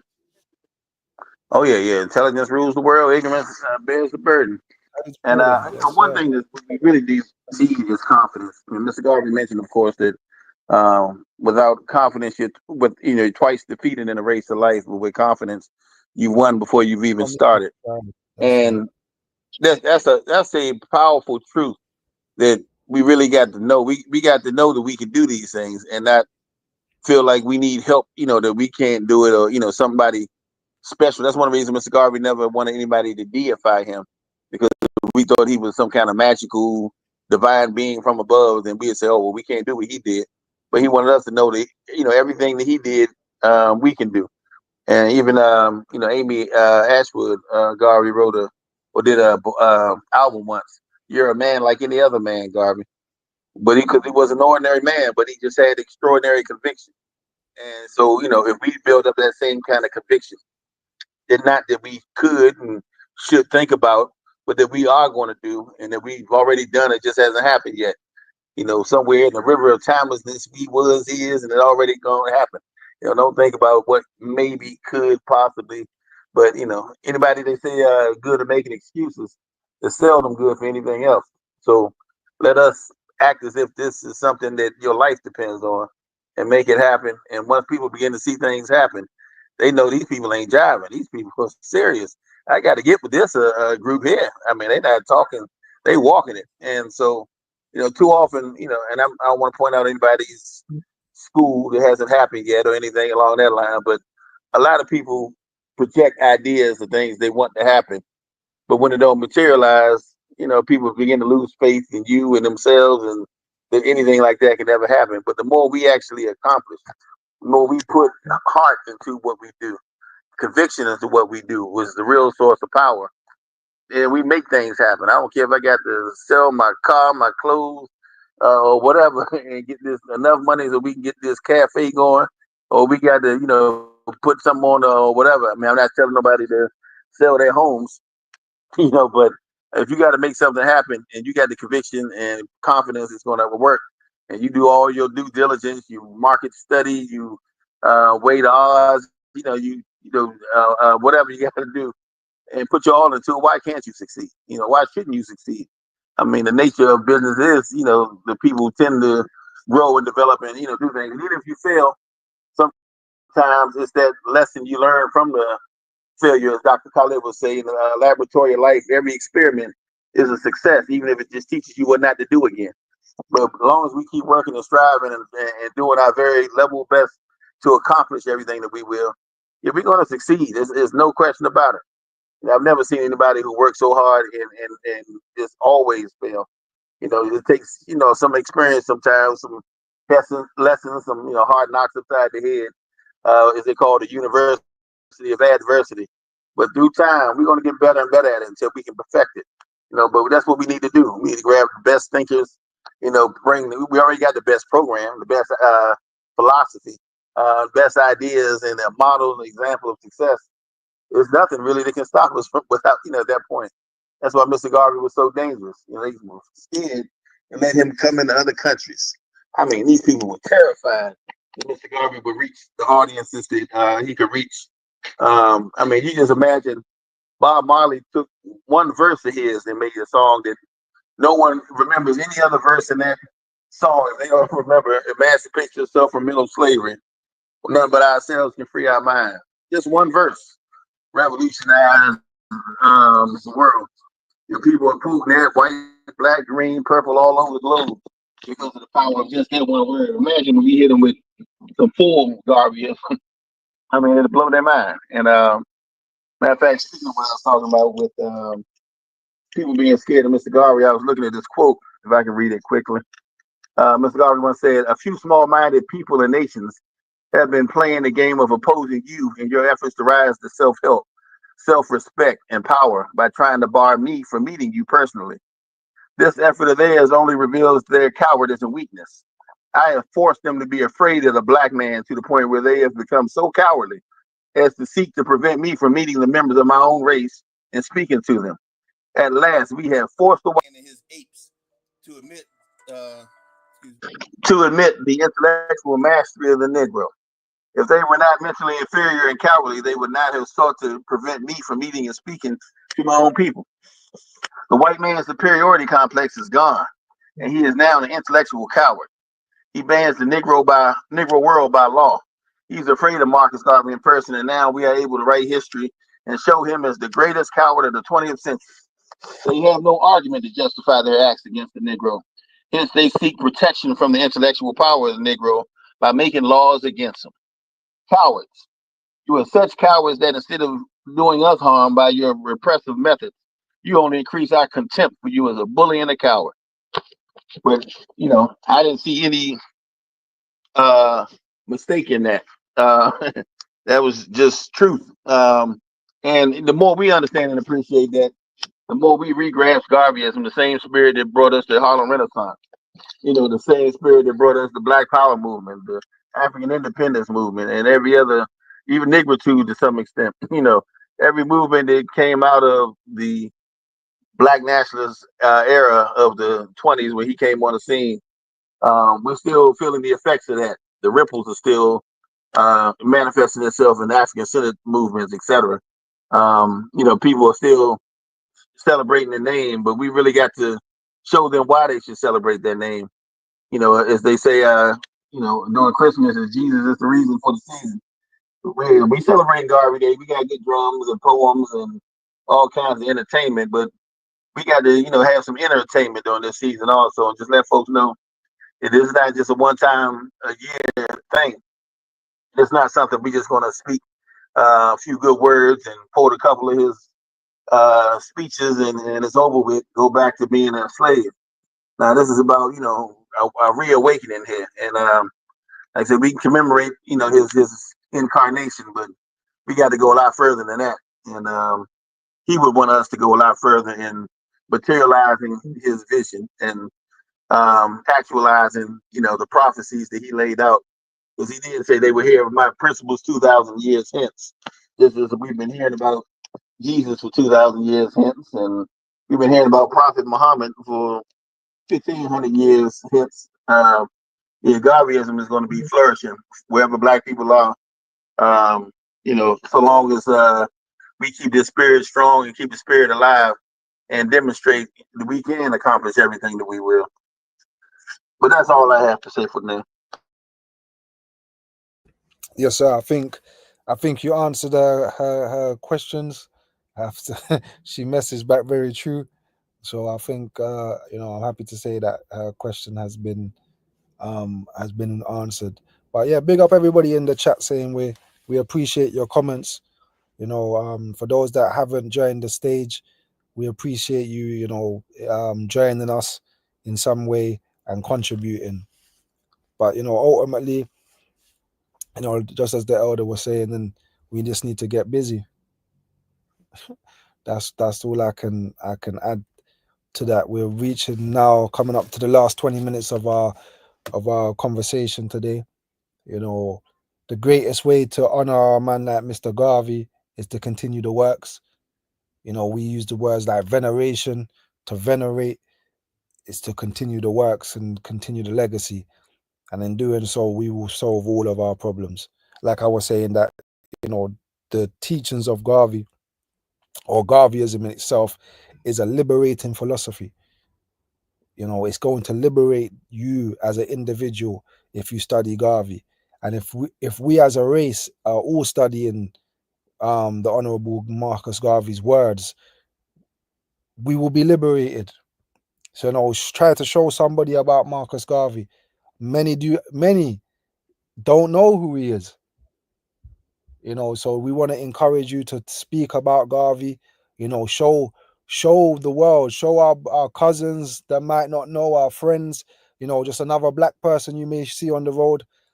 I think I'm gonna start printing out some stuff. I think I'm gonna go back to the old school ways of, printing some propaganda. And when we see people on the street, we can just hand out some flyers with some information, some propaganda, to help uplift our people. Because many are they're not seeing this YouTube right now. They're not seeing our flyers for our events. But we've got to learn how to reach our people. This is the task now of us being Garveyites in 2025, is how to build institutions and how to reach our people. These are the two things that we must be striving towards, because we understand that we need institutions, and we understand that we need to save as much as our brothers and sisters as we possibly can. I understand there's too many to rescue. I definitely understand that some have gone too far. There's no rescuing them, but there's still some young ones that can be molded. Yeah, there's still some young ones that can be molded into great people, because we are from a great race of people. We have greatness in our DNA. It's just to unlock it. Because we've seen, look, listen, brothers and sisters, who else has gone through what we've gone through and we're still here? I know we might not have no control over that, but the fact that we're still here shows you that in our DNA is something that survives. You know what I'm saying? And we produced the Marcus Garvey, the greatest. I heard our brother Amari said that Garvey is the greatest man of the 21st century. I agree, but I would argue, my brother, that Marcus Garvey is the greatest man ever in history. I don't think that there is ever a man in history that can compare to Marcus Messiah Garvey. People would have to bring up these religious figures like a Moses, a Jesus, a Muhammad to compare. Because there's been nobody that has uplifted, that's done what Garvey has done for people, that's given them pride when they didn't have nothing. Garvey is still saving lives in 2025. There's somebody right now that just got a copy of the message to the people, and his life's about to change for the better. So there's power in these words. There's healing in these words. I always talk about myself.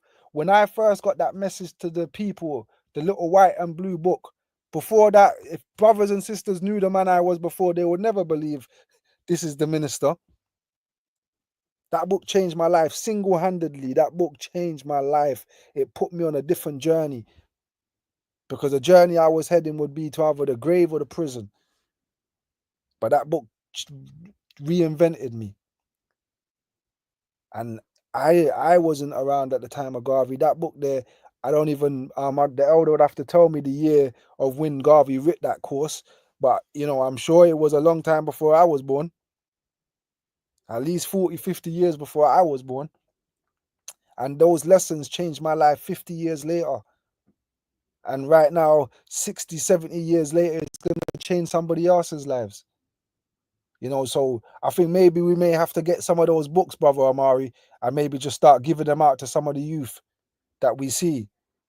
100%. I mean, yeah, When you talk to brothers and they show a little sign that they're, because we're the youth are brilliant, they're just misguided. Some of the things I've seen them do, I marvel at them. Like I just saw on the news this week about a young brother that got the highest grades in England. A young brother, brilliant. We need to be giving him some of these philosophies and a message to the peoples and things like that. Our people need to know Garvey. I think for the next year, I'm gonna add you to it, Brother Amari and Sister Nyasha and Sister Laura. I don't need to say this to the president, but I think it's our duty to show as much people about Garvey as possible. We should make it our duty, to teach, to see somebody on the road and say, who Marcus Garvey is? No, all right, here, take this. Take my number and call me when you finish reading this and tell me what you think of this. Because I used to do that back in the day. I used to have DVDs. We used to touch the streets with DVDs. Them time it was the DVD season. I had Dr. Khaled. I still got them. But we used to interact with our brothers and sisters on the street and give them DVDs, talk to them. Do you know what I'm saying? And build. Like that's lost today in London. I think we need to bring that back. Because that's how we interact with people. That's how we get, unless we're going to do the internet thing. And I don't think the internet's a real place, but the internet plays its part. Like if we're not going to do the street drives, we got to do the internet drive. Or we got to do both. But make it our duty for the next year when we return, next year, God willing, our ancestors willing, that we're all still alive in strong health and under the dean of righteousness, Garveyism, that we should talk about this pledge that we made today, about showing people about Garvey. Because, many of us only know him from a Ludo board, those that's coming from the Caribbean. That's how I knew Marcus Garvey, I'll be honest with you. I knew him for the money. When I used to go to Jamaica, he was on the money, and I knew him from the Ludo board. I did not have an idea that it was the greatest gift to our race. I just thought it was a picture on the wall. So we've got to teach Garvey, to the young at least. If some of them are too old, they're stuck in their old ways. But the young youth, the children just turning 18, 19, 20, we need to be giving them the propaganda. That's true. Uncorrupted youth, Mr. Garvey used to say. But yeah, I mean, it's a millions of ways to reach them. The same way, they're getting reached by all these social media and TikToks and all this. We can produce stuff. We can produce handbills. We can produce T-shirts that they can wear. Hey, you want to wear this fresh Garvey gear? We got a nice little quote on the back, and people, man, that's nice, brother. But hey, boom, I mean, it's all kinds of children's books we can load up with certain schools with. I mean, there's all kinds of ways. And hey, you can measure your success. You can say, okay, well, this community right here, we're going to start with this end of this community, and we're going to ask 100 people walking past what they know about Marcus Garvey. Ask them 3-4 questions, and then after we flood the community with the gospel, come back out there and ask people that question again and see what the response is. How many books we did to some libraries, how many study groups that we started having, how many posters that we put in the hallways of some of these libraries without confidence. Have a nice post. Oh man, that's a nice quote. I like that T-shirt. I like this. Have some specials, documentaries, whatever we got to do. Tour of some of the places where he frequented in London, etc. I mean, but to have your best effort done and accomplish something. Even if you come away with 200 members in one community, that's a lot of power. I mean, it's not as great as 40,000, but to have 200 people, yeah, contribute to something. I mean, well, back in the day, we used to have this program called Award the Projects, where some of the members would, get some people who are race conscious, social workers, lawyers, medical professionals, if not doctors. It's just walk through the hood and meet people, shake some hands. If they got some problems, hey, I'm been suffering from this, or man, they trying to sue me for this, and hey, we just give some little advice and suggest something, or whatever we can do, just to show some concern and love and meet the people and begin to bond with them.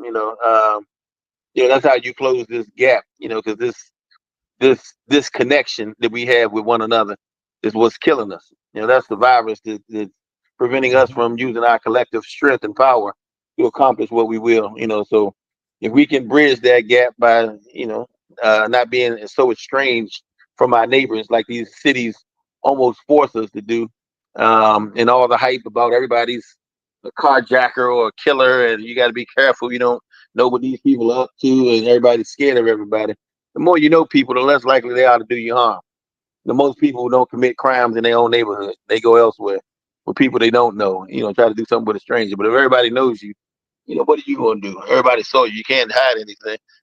So we need to reach out and connect more and make people respect that red, black, and green and that Garvey. The more he becomes the hero, then the youth will begin to reflect in their art, in their conversations, in their hip hop or whatever, that gospel, and it'll begin to spread without you having to to say anything. It'll just naturally take place. But it starts with us being real, genuine, sincere brothers and sisters, and spreading that love, and people who associate Garveyism with love and with positivity and constructive engagement.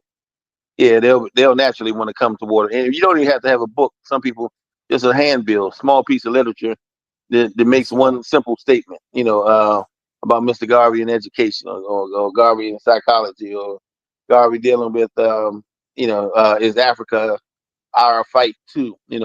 Simple little things. And if you can use that philosophy and win them over, and cite Mr. Garvey and the work that the UNIA is trying to do in the community and how to help out, yeah, a lot of people will come our way. Instead of seeing this as some program outside of themselves, it's just trying to help some nameless, faceless strangers. It becomes a program of us collectively doing for us collectively. And people begin to see, oh, y'all not doing something for somebody else. Y'all doing this for me. And, we all doing this for us. And, okay, well, I'm a part of this whether I know it or not. I'm an ordinary member if I'm not a card carrying dues paying member. So why not, pay my little dues, and who knows, maybe you'll collectively have enough people to start a fitness center. And, if you're a member, you automatically got a membership in the club, or, or something, maybe spread to a gas station, put up some shares and everybody buys stock in this corporation. Now, you know, your children can work there. They can get job experience. They can learn how to operate businesses. And then we got other gas stations or, you know, petrol stations, whatever you want to purchase. Put a few pounds up here, a few pounds there, and you control your own economy. You know, surrender to these Asian contagions going around. We keep for you, take it from you. So so we can do anything we You're need for cutting out again. ourselves. We just had that. Oh, okay. Whenever I'm on the road, they trying to block me. Well, it's gonna take a nation of millions. But I'll yield to you. I guess you safe right now. They can't block you on that end. Yeah, well, I'm the host, so they can't block me, but they can't block my president either. No, sir, we're not having that. But I know brother Amari was gonna say something in the middle of when I was saying something. So I don't know if you wanna chip in now. We got like 9 minutes left of this live anyway. So final words, please, brothers and sister. Only Sister Laura's on here. Yeah, no, just bonus. I want to agree with what you said about, you know, Garvey changing your life.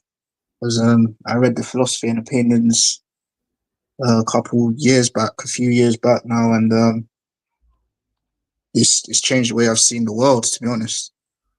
Completely changed the way I've seen the world politically, socially, you know, culturally. It touched me in all aspects of life. So I have a different understanding of how the world works, how I see the world, how I see, you know, different systems within the world function. So yeah, I agree. And how did you get that book?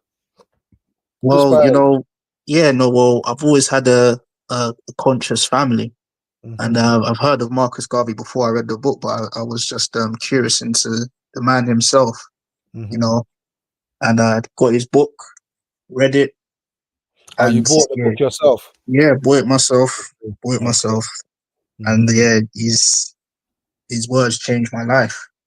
Wow. So yeah, I owe him a lot to you know, pulling me out of ignorance.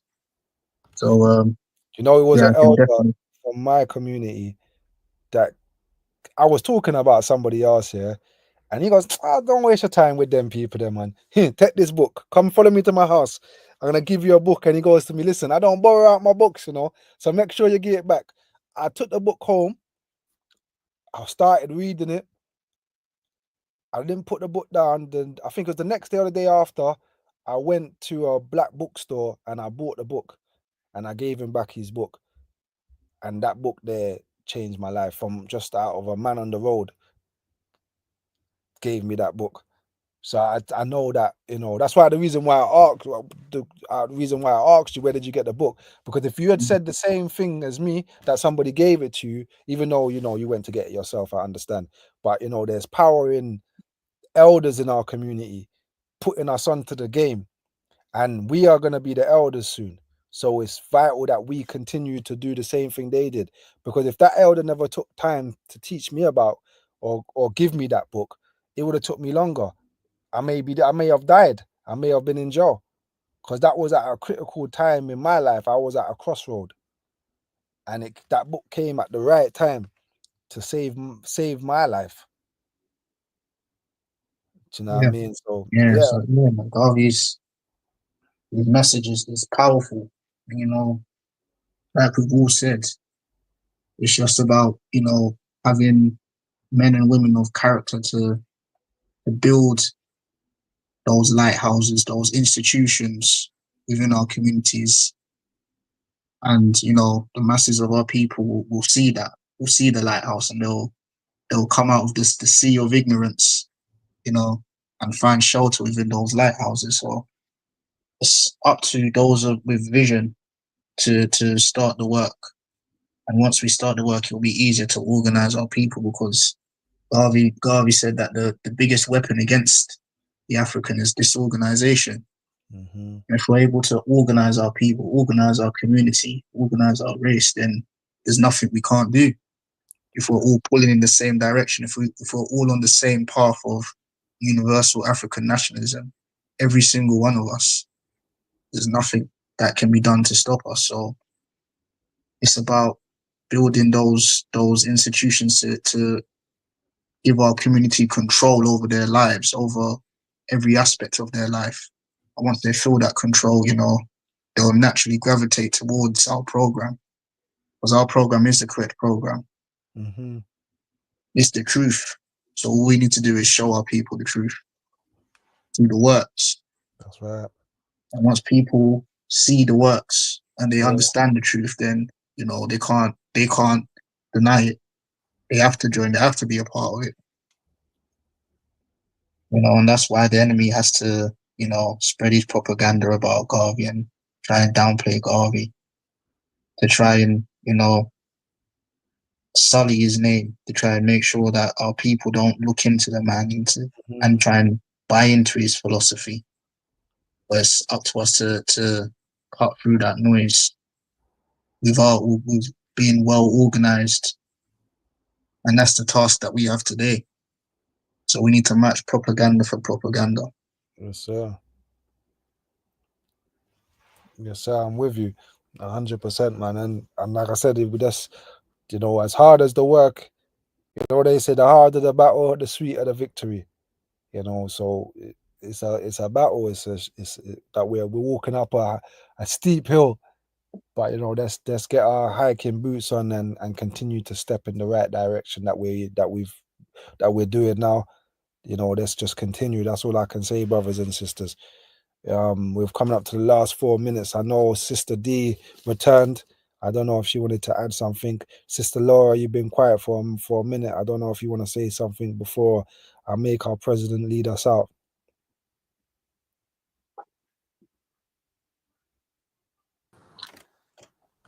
I'm just saying that the idea of passing out the books, so I'm a great believer books change lives. So, passing out the books, that's a terrific idea. And I think we should do that across the board. And one of the places I'm going to suggest that we get those books, if we're able to get those books into the prison system, that would be awesome also. I do a prison book drive, I've been doing it for maybe 10 years now. Okay.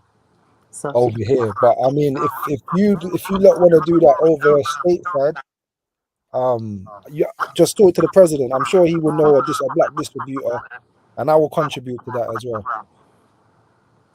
whether financial or any way I can. Yeah, it's that's a terrific idea, because you said the book changed your life, and books do change lives, so that's a great idea. And to take this on an IG live would be awesome also. Yeah, So Sister Naisha said that in the chat. But you know what it is, sister? I'm not an internet. I'm learning. I'm not a social media person. So I don't know if somebody else wants to take that baton and do the Insta lives. But maybe Naisha, she suggested, so maybe she could do the Insta live, and we all join. I know my sister. She's gonna, oh minister, we're gonna need you too. I'm gonna be roped in. Yeah, but she's gonna host it, and we all do it just like we're doing now. And it'll bring in other people too. If we're looking to bring in, other demographics, that would be good. And we don't have to do it, all the time. Just, just to test the waters to see what we get. Shake the tree and see what falls out. That's good. Because even though we don't like the social media and we don't like AI, that's the future. So we have to try to use it to our advantage. 100%. Yeah, not just shun it. We just have to. I hate AI. I hate it because it's just so crazy, the things I see, and people are not realizing when they're watching it that it's AI. That's the dangerous part. They could make you say anything, and a lot of people are not savvy enough to say, "Hey, this is not real." So we just have to be careful and see how we use it to our advantage. Yeah, that's a fact. But yeah, I did see the comment from Sister Nasha about the Insta live. I do think it's a great idea. I just really don't want to lead on that one. And that's so fine. If somebody else wants to, I'm willing to support. And there's another platform called Substack also, which is not as crazy as Instagram. That they have live also. We could use Substack. It's a little bit more conservative, a little bit more, well, less crazy. It doesn't have all the crazies on it. It's it's more content focused on things like this. So someone may want to look into it. Yeah, I've never even heard of that one. So yeah, let's test it out. It's Substack. I'll send you a link and you can see. Yeah, let me have a look. Sister Nasha said we have done it before. Are you referring to the IG lives or something else? Ultimately we've got to learn how to reach our people. Yes, because everyone else is using it to reach their people. All of the crazies are using it, so we have to use it to our advantage. Also, we can't just say we don't like it or we won't use it because everybody else is doing it, and we are missing out on engaging people that should be engaged. Agreed. 100%. I agree with you. Yeah. I don't know. Sister Laura looks like she's away. Question for you. What's the name of the book that the guy gave you? Because there's a lot of Marcus Garvey books. What's the name of the one you read? Oh, the first one I ever read, and this is really the first book I ever read other than the Bible in my whole life. Oh Jesus! Okay. I'll be honest with you, because you're young, you flick through the Bible, you're reading it. In school, I didn't read books. I was too busy rapping and doing other things in school. But I will send you the book. It's called The Message to the People. Message to the People. Okay. Yeah, I'll send it in the book club chat so you can get a copy of that. Okay. But I urge everybody to have a copy of that book in your house. And when you got young children like 11, 12, 13, let them have a read. That's I'm good. trying to get my daughter to read it, but she's here I go again, daddy, and daddy's black nationalism. But it's not even a book really about what people would think. I'll send you the book, and then once you've read it, just let me know what you think, I will. and we'll take it from there. Okay. All right. So, any closing words from Sister Laura or Brother Amari? Yeah, I just want to read out a couple of articles from the Declaration of Negro Rights. Just the two articles. There's 2 points that resonate with me. The power in them. So the first one is Article 14, and it goes: We believe in the inherent right of the Negro to possess himself of Africa, and that his possession of same shall not be regarded as an infringement on any claim or purchase made by any race or nation. And the second, Article 15, is: We strongly condemn the cupidity of those nations of the world who, by open aggression or secret schemes, have seized the territories and inexhaustible natural wealth of Africa. And we place on record our most solemn determination to reclaim the treasures and possession of the vast continent of our forefathers. So yeah, just to close, to give us perspective on the goal and the mission, so we don't lose sight of it, is to build that nation on the continent of Africa and take back our land.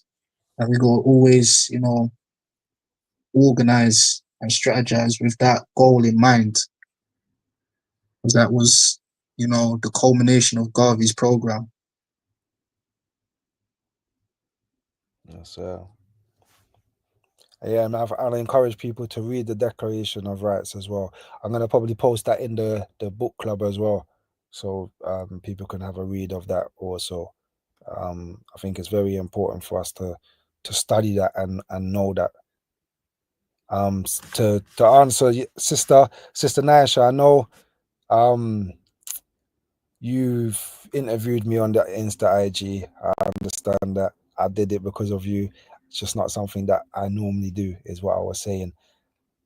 And they were saying, she also mentioned that the message to the people can be listened to on audio on Spotify and YouTube also, for those that struggle sometimes to actually read books, you can also listen to it.